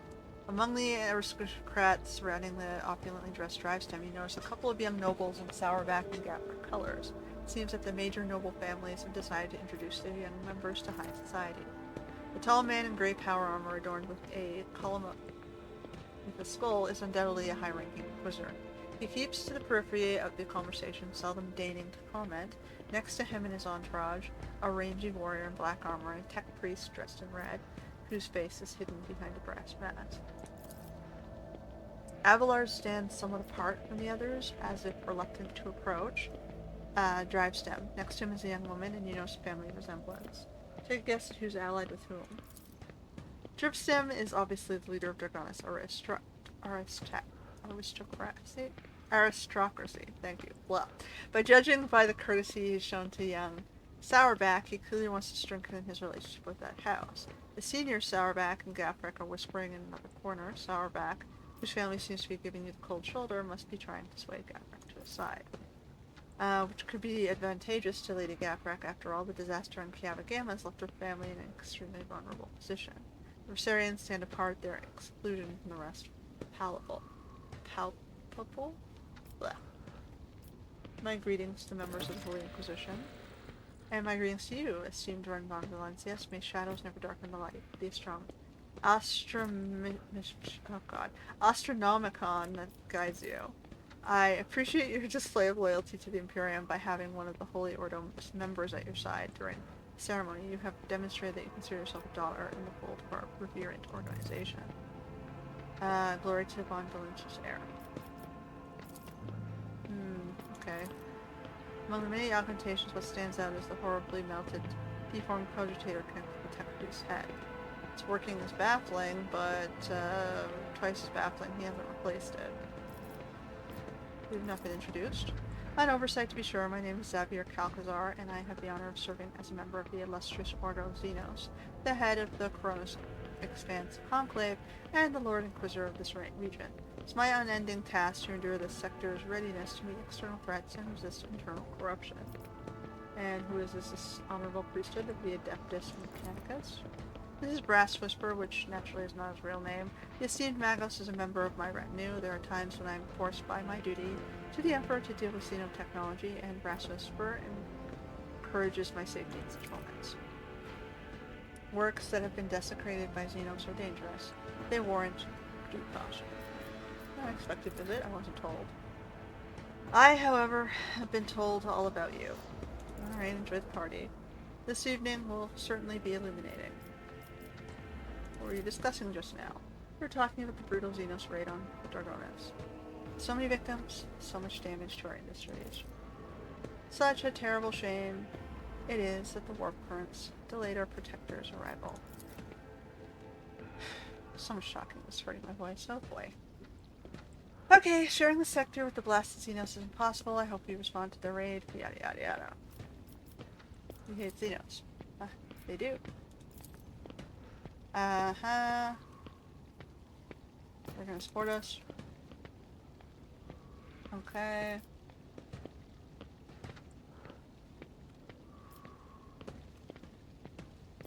Sure. I congratulate you on procuring a highborn hostage. I just, you know, he's so eager, I put him in charge of a group of troops and made his family pay for those troops.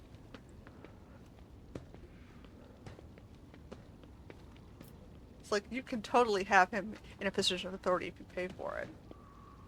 What's your name? Okay, Astartia is his great-granddaughter. Uh-huh.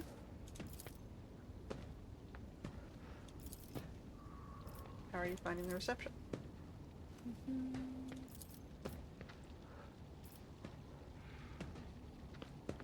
Where are the rest of your kin, Abelard?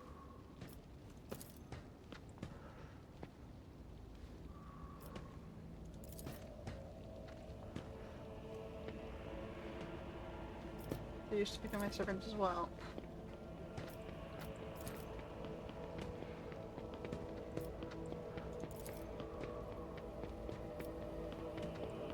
Please continue.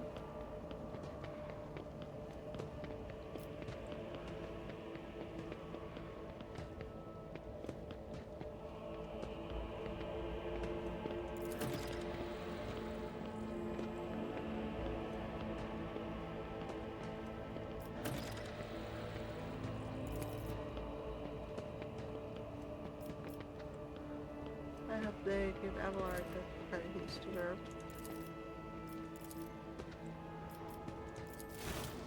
Sure. She has decent ideas, we should convince them.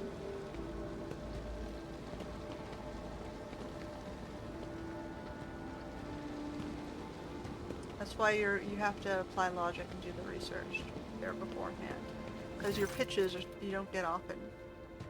They gave me a severed, oh, it's a Jakari weapon, sure.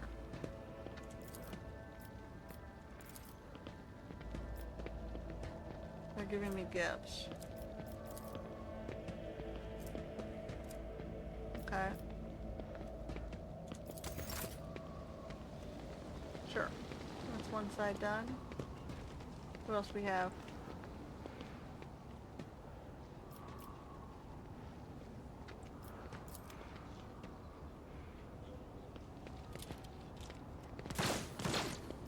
They're shooting. Why are they shooting back there? They're shooting at the pin down. Let them enjoy their fun. I'm not gonna get involved. Who else we have?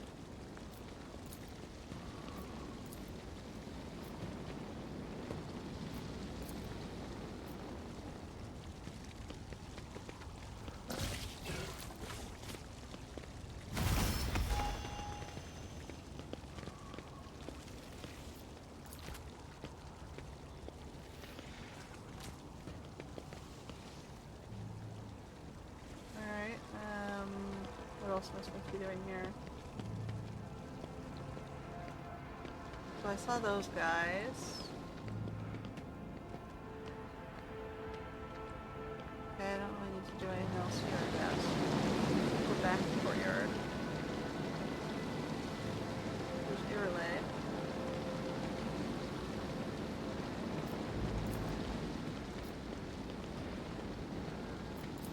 Alright, let's go back in.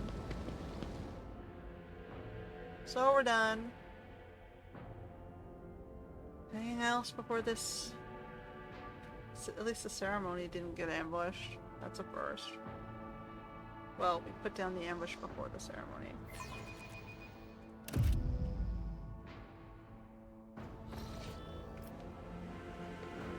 Onward.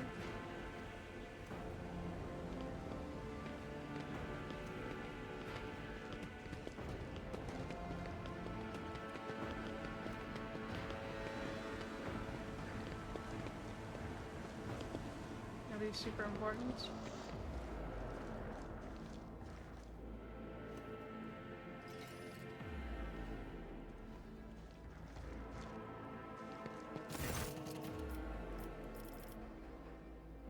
What did they say?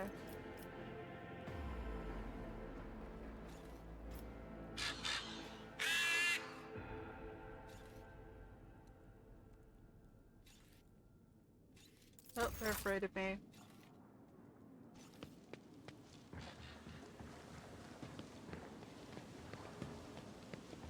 Alright, anything else here?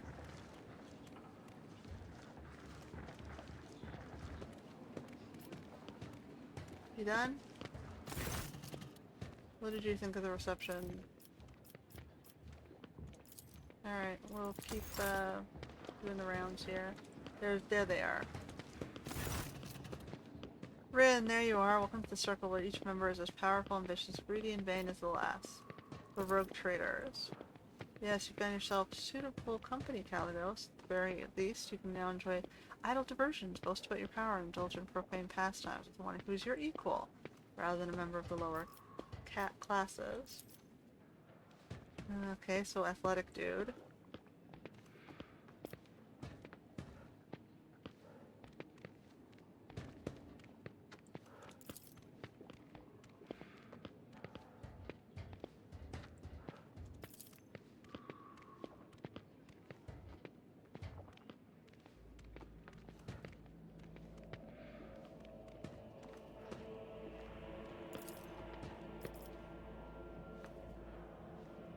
I welcome you to my domain. Welcome to Dargonis, friends. Friends, eh? Would you care to lift that? You now have a whole friend. And twice for calling an individual a question of purity, my friend. Thank you for your visit.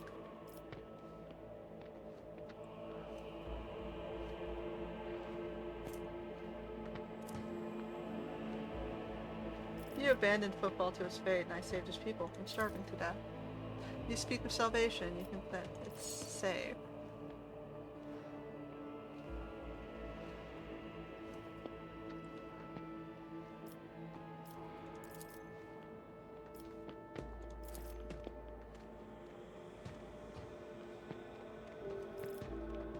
Thank you for such a wonderful gift, Caligos. What's somewhat important with that?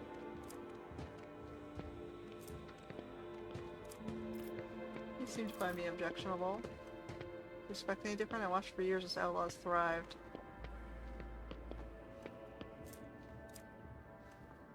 But you interfered and destroyed my plan for the sake of no profit. She taught you too well, it seems. Yeah, these two were fighting over football, and I swooped in and saved them and took it from them both.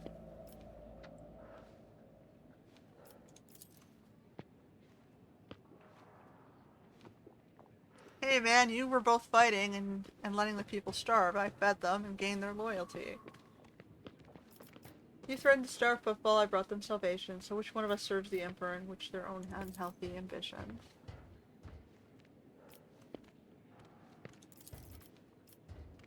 I have faith that Blessed Rin is perceptive enough to see the appalling nature of the residents of that depraved place. Harmonious.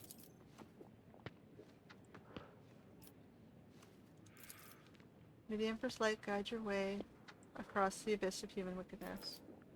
See, faith is more than just a word to you. So, one guy's a profiteer and the other one's indoctrinated. Funny thing is, people still call me the foul temple tyrant and all this. Maybe you were not overly fond of Theodora.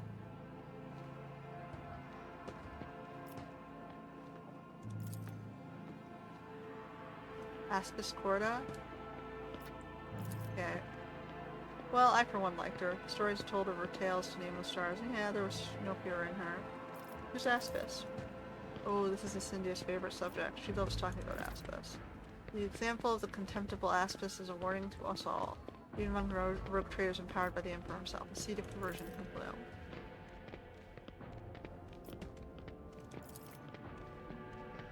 The forebear cursed.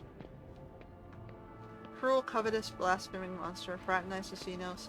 Despite the faith she robbed and slaughtered, she was drawn to dark secrets. She boarded her ship and vanished into the depths of the Coronis expanse.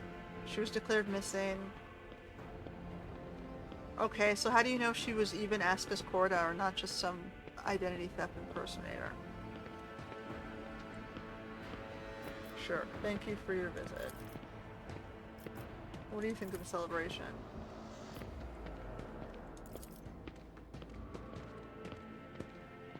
Dun dun dun dun dun dun dun. Sure. Next? Is there anything else I'm supposed to do? Just end the thing. Is there anything else going on here that I need to know about? Any of my peoples?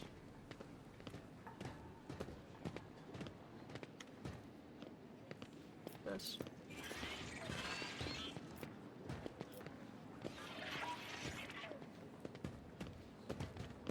Sure. Here's over here. Oh, we've got some Gaffric. Why, congratulations, your ladyship. The Omnissiah grant you with understanding.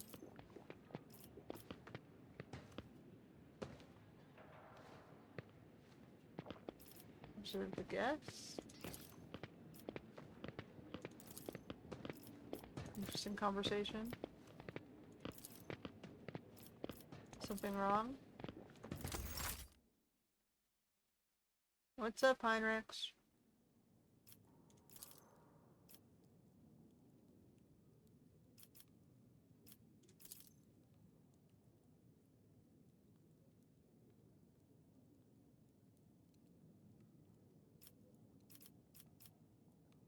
You prepared for what?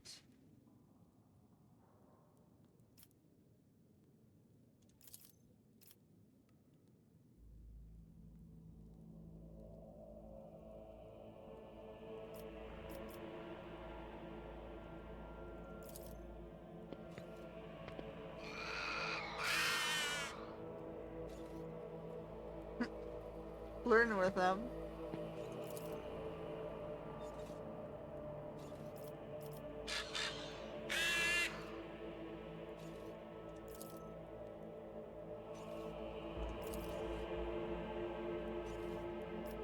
He's gonna betray me? Or he knows someone's doing machinations from his camp? And he's letting it happen?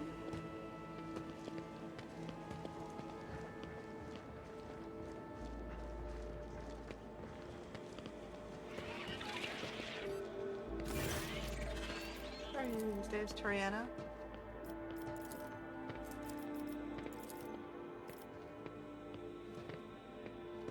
Tell me more about your family.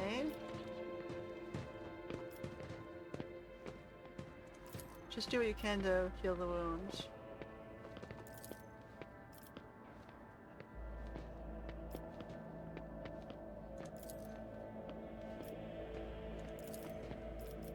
What's wrong?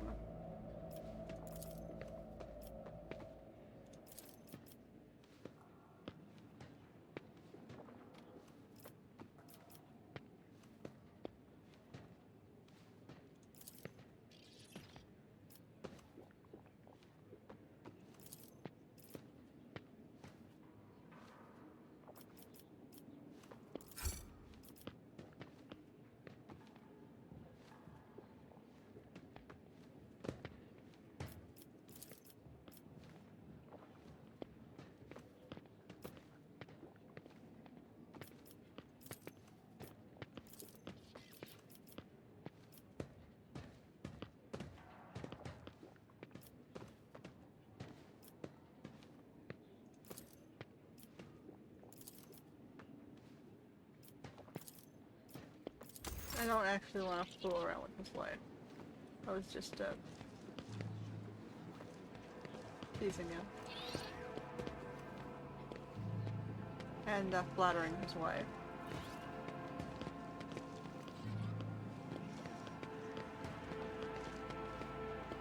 Alright, let's end this. Let's see what's gonna explode.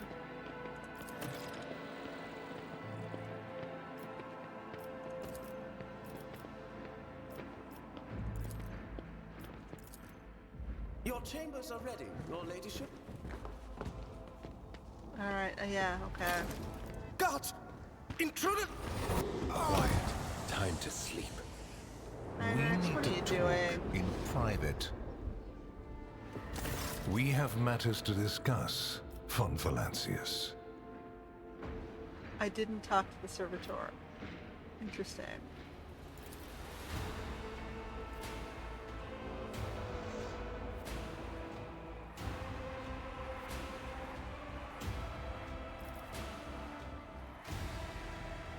Alright, what are you doing? Lord Inquisitor Xavier Calcazar, head of the Coronis Conclave.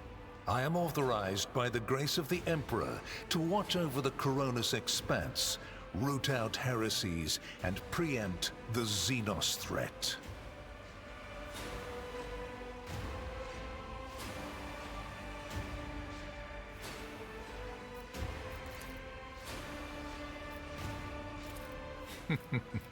No need to search your memory.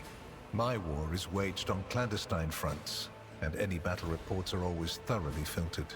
Trust me, you need not know the manner of things I have to face and the measures I sometimes have to take. Such knowledge is dangerous to the mind. What do you want? A commendable openness to cooperation. It will be taken into account. Master Van Kellox has spent enough time with you. He will vouch for your words. What stands out from your recent accomplishments is the suppression of a rebellion on Janus, the battle against the archenemy's minions on Kiava Gamma, and, of course, the unusual interest the Drakari have shown in you. Then that is what we will discuss. What do you wish to know about Xenos? What was the reasoning behind your decision to let Xenos, enemies of humanity, live and act on a planet that belongs to you? In fact, we faced heresy, the Xenos seemed like acceptable allies. There have been precedences for this, correct? Your way of thinking is curious. Dangerous, but curious nonetheless. I would suggest exercising utmost caution should you wish to continue on this path. You knew what was happening, why didn't you intervene? I cannot satisfy your curiosity without disclosing information of the utmost secrecy. I will say only this. We had the situation under control. There is a tangled knot of perilous events in progress in the Coronis expanse. Plucking even one thread must be performed with great precision and caution without any room for error. Because you do not want to know the price of such an error, or what forms it might take. What do you want to know about Kiava? Places touched by chaos must be purged with fire and condemned to oblivion. Kiava Gamma should have been bombed to dust and pronounced a forbidden world. However, you decided otherwise and restored the colony's operation. And you didn't even go to the trouble of hiding the traces of the neglect committed by your dynasty. After all, it was House von Valancius that gave Cubus Delphim so much freedom that he sank into seditious heresy. What was your rationale? Well, let the priesthood be condemned. Clever. Alas, everyone guilty of negligence within the ranks of the priesthood of Mars has already been identified and punished. Right now, I am assessing the actions of your dynasty. I hope you realize that we're talking about more than the fate of some colony. I care not for a single planet, however profitable and populous. But should corruption raise its head again on Kiava Gamma and try to spread, I will burn it away. And you will be guilty of criminal negligence. Yes, the enmity between you is a known fact. But there is another way to look at it. On Veabos 6, you met the Archon of a mighty cabal, whose presence there seems strange to begin with, and lived. You subsequently encountered a number of her closest henchmen. Yet, again, you survived. Your capital fell victim to a nefarious attack, but even this time, their daggers missed your heart. Yeah, they have infighting, can I say. They're screwing themselves over. Such remarkable luck. To be a personal enemy of such an influential Xenos. To have been attacked so many times and yet make it out alive. So remarkable that one has to wonder, they're using me to am kill I their watching enemy, a spectacle? Could all these thrilling massacres be an alibi of sorts? Meant to establish you once and for all as an enemy of the Xenos and never their ally or even their agent. I made more attempts on St. Drusus' life than mine. Does that make him a traitor? So you already think you're cut from the same cloth as St. Drusus, do you? Ambitious? I'll make note of it. How did you come to be so remarkably well Are you surprised? You thought the Inquisition was unaware of the circumstances of your deeds. Oh, I knew Heinrich. How often do you find yourself thinking that there are things we shouldn't know about your life? It is my job to know everything, and I do it very well. Keep that in mind. Okay, we done? Far from it, my dear. The questions are manifold. How did you manage to survive the battle that claimed the life of Theodora, who was so much more experienced and skilled than you? Is it a coincidence that you and you alone then made it out of the trap on Rykad Minoris? How much truth is there in the rumors being spread by the heretic Kunrad Voitvia about you? What's he saying? Why did you choose to ignore the warning of a member of the Inquisition that a protracted sojourn near the dying Rykad Minoris could bring corruption down upon your ship? Were you driven by your concern for the people or forbidden interest? The very existence of these questions would have made many of my colleagues doubt the quality of your character, but it won't in this case. The Inquisition, which I represent, is willing to show extraordinary faith in your person.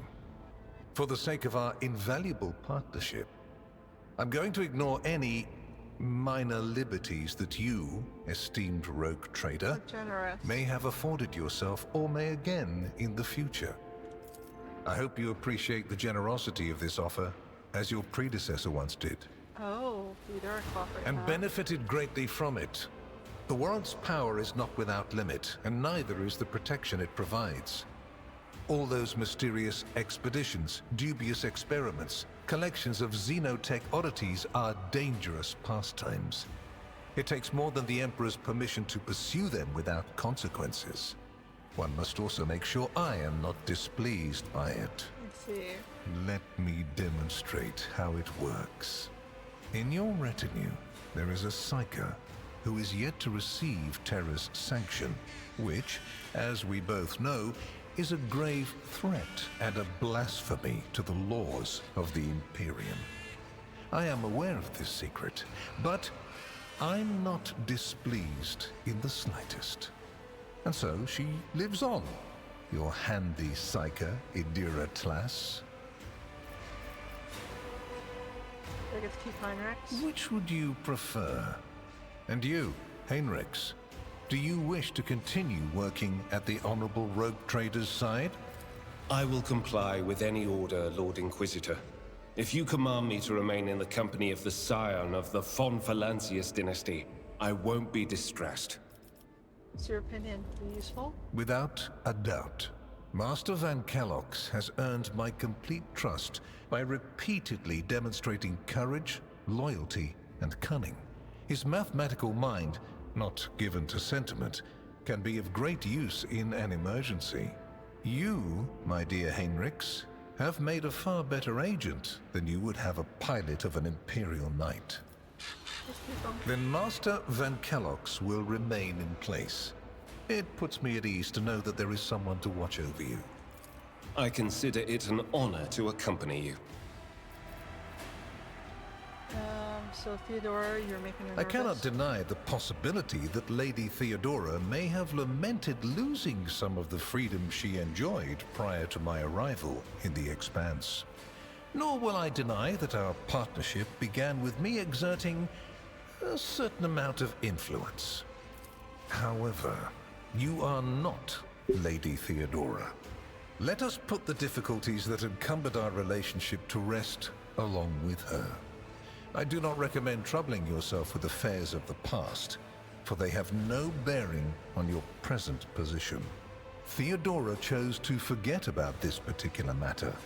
Follow her example, and your fate will be the better for it. Exactly. You haven't been in a position of power for long, and so one can forgive you for not noticing the troubling changes. The cult of the Final Dawn is spreading in the Coronis Expanse. Not the first or the last heresy that has afflicted this sector, but one that is surprisingly resilient. Mysterious convoys are sliding by, bound for systems in the heathen stars. Just your humdrum pirate trade, wouldn't you say? Then why are the pirates themselves clueless? The Xenos, who have caused trouble in the sector before, have expanded their activities in the last few decades, and there is a logic and method to their previously chaotic raids. Even 2 packs of space wolves, blessed space marines summoned in my name, did not cool their interest in the Expanse. A mighty explorator fleet, which has studied the Expanse for hundreds of years, has suddenly stopped responding to communication and sunk into a dispute over a tech heresy that was considered dead a couple of centuries ago. House Chorda has clamped down on insurgents, yet its acts of brutality breed troublemakers just as quickly as they're executed. And this bloody carousel has consumed the attention of the esteemed incendiar. Caligos Winterscale has abruptly lost all interest in his domain, and his only apparent concern now is hunting ever more dangerous xenobeasts. And the third and final rogue trader has unexpectedly perished, stabbed in the back by her own Master of Whispers. The Expanse is swiftly losing its protectors right when communication with the Imperium is being disrupted by the raging warp. Basically, All the Expanse has left is me and you, if you follow my instructions. What kind of deal? I make no deals, and Emperor forbid that I give you orders. That would mean infringing on your privileges. I'm merely offering well-meaning recommendations and expecting that, when the Expanse finds itself in danger, you will break away from your own affairs to heed them. It makes sense to protect my own territories. And if he's going to feed me information that'll help me do it, as long as I validate the data, should be fine, right? I seem to remember that your exalted aristocrats presented you with many gifts. It would be rude of me not to follow suit. Please accept this gift as a sign of my favor. In an hour of need, give it to any faithful servant of the Emperor, and the Inquisition will come to your aid. The color indicates how close the bearer is to the Lord Inquisitor. Scarlet means that you have shed your blood for the good of the Imperium, and therefore, you deserve to have his servants shed their blood for you. Interesting.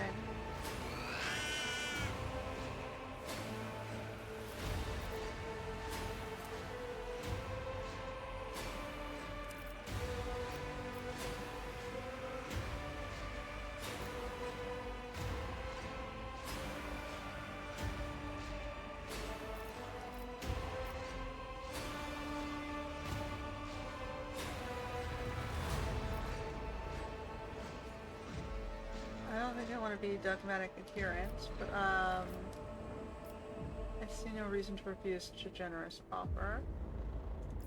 Then we have reached a consensus, and I am pleased to see it. Here is where we part. My shuttle is waiting. It is time for me to return to my watch, for you to sleep, and for your servant to wake up. Until next we meet.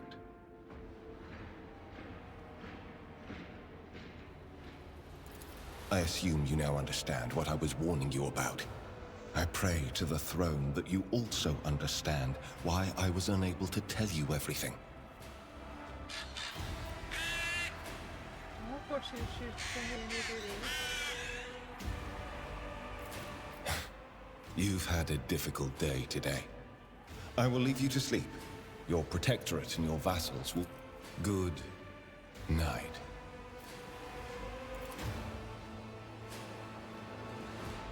Shut me down.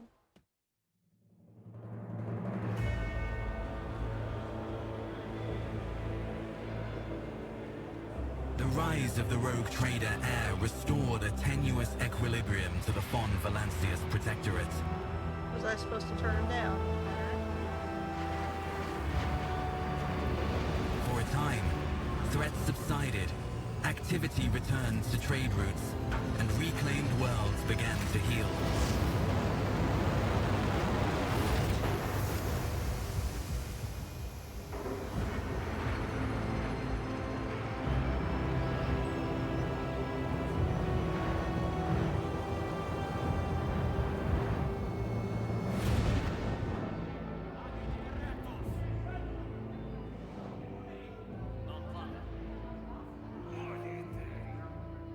The new Lord Captain's subjects praised the God Emperor and their leader wholeheartedly. For none knew what fate might await them.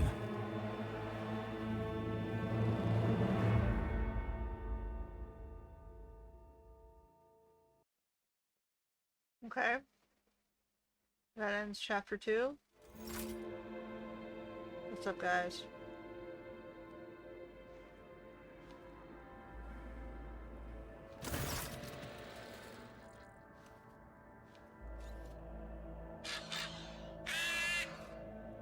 I didn't see what that did not, whatever. Thank you for your report, High Infectum. Your work is highly appreciated, both by everyone here in the Adeptus Ministerium. Your ladyship, we're almost done. We need to go over the final items in today's agenda. I would like to report to you personally.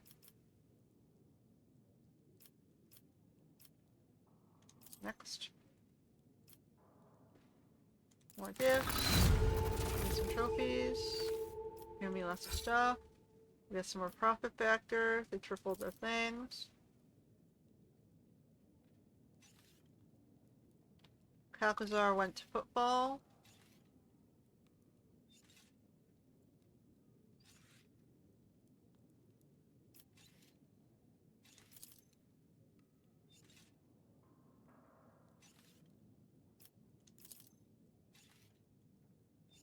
Irlet wants something.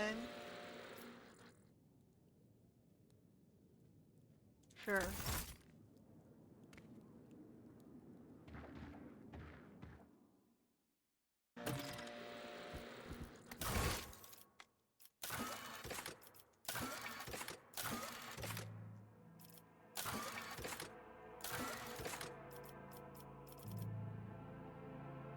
We have to...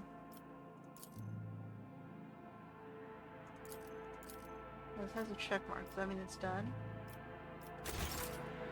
Alright. So... great. What's up, Irlet?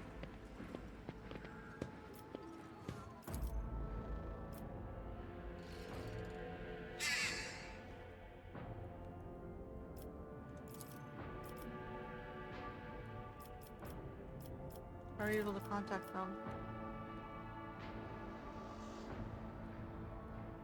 Okay, she... Fine, where is it?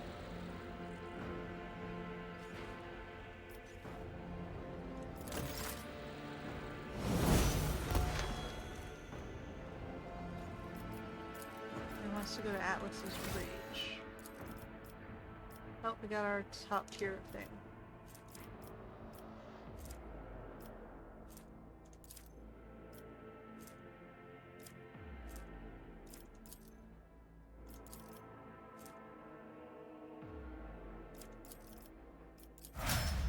Sure.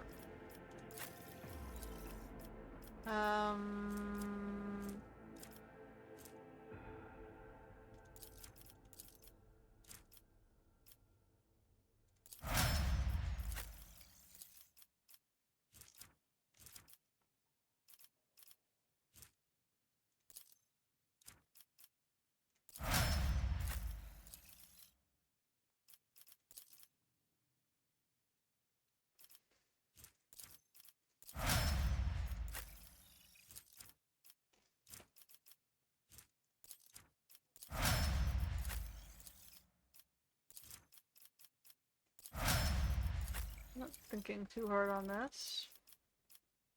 No.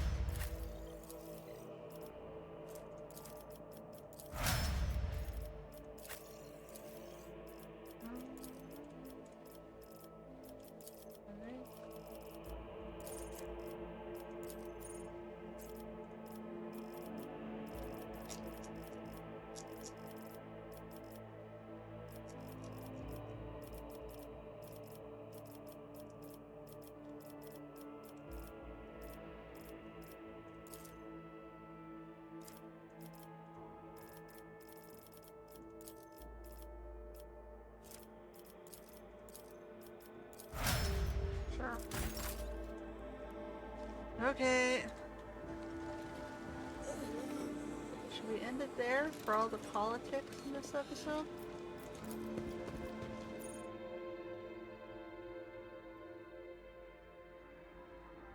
There's been a lot of, a lot of politics today. And, closing off of their stories.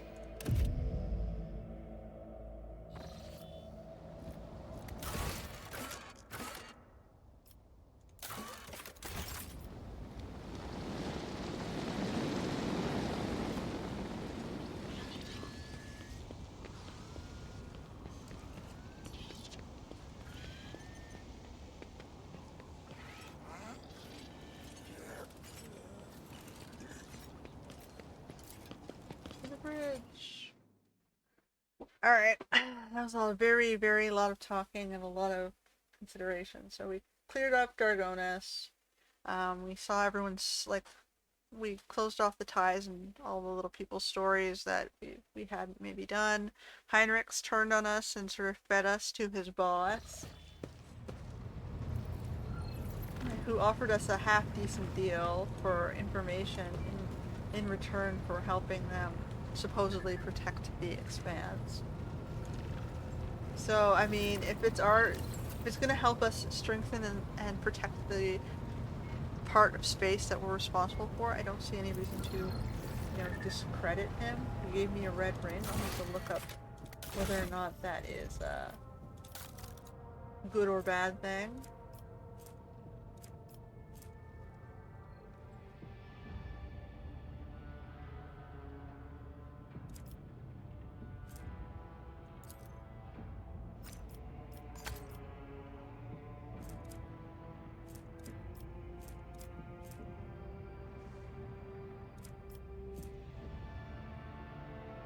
Let's see what that does for me, or screws me over.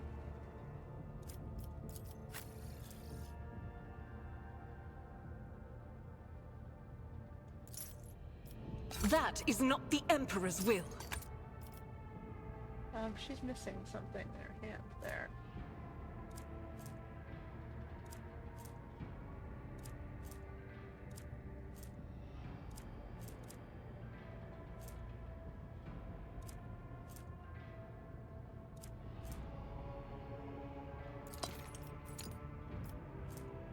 You can have the scriptures, that makes sense for her.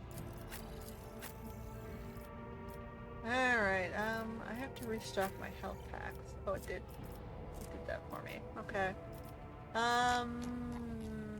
Anything else? No? Alright, let's save. I'm gonna end it there because we only have 5 minutes left. We'll have to figure out what what's Heinrich's deal, what's all of them seem like they're grandstanding in the background. Pascal is not sure if he's an identity thefting. My machine spirit on the bridge, Nomos. We've got Heinrichs. It's like, ugh. Alright, well, I suppose it's supposed to be politics, right? People in charge, there's always politics, grandstanding, and folks trying to get at their wealth and power. And then, of course, I still also have Jay and her, wanting of a trade seal.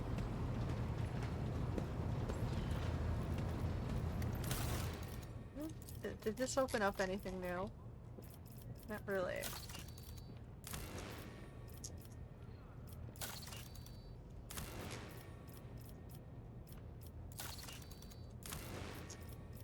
So I guess we're gonna keep waiting before we'll get new stuff.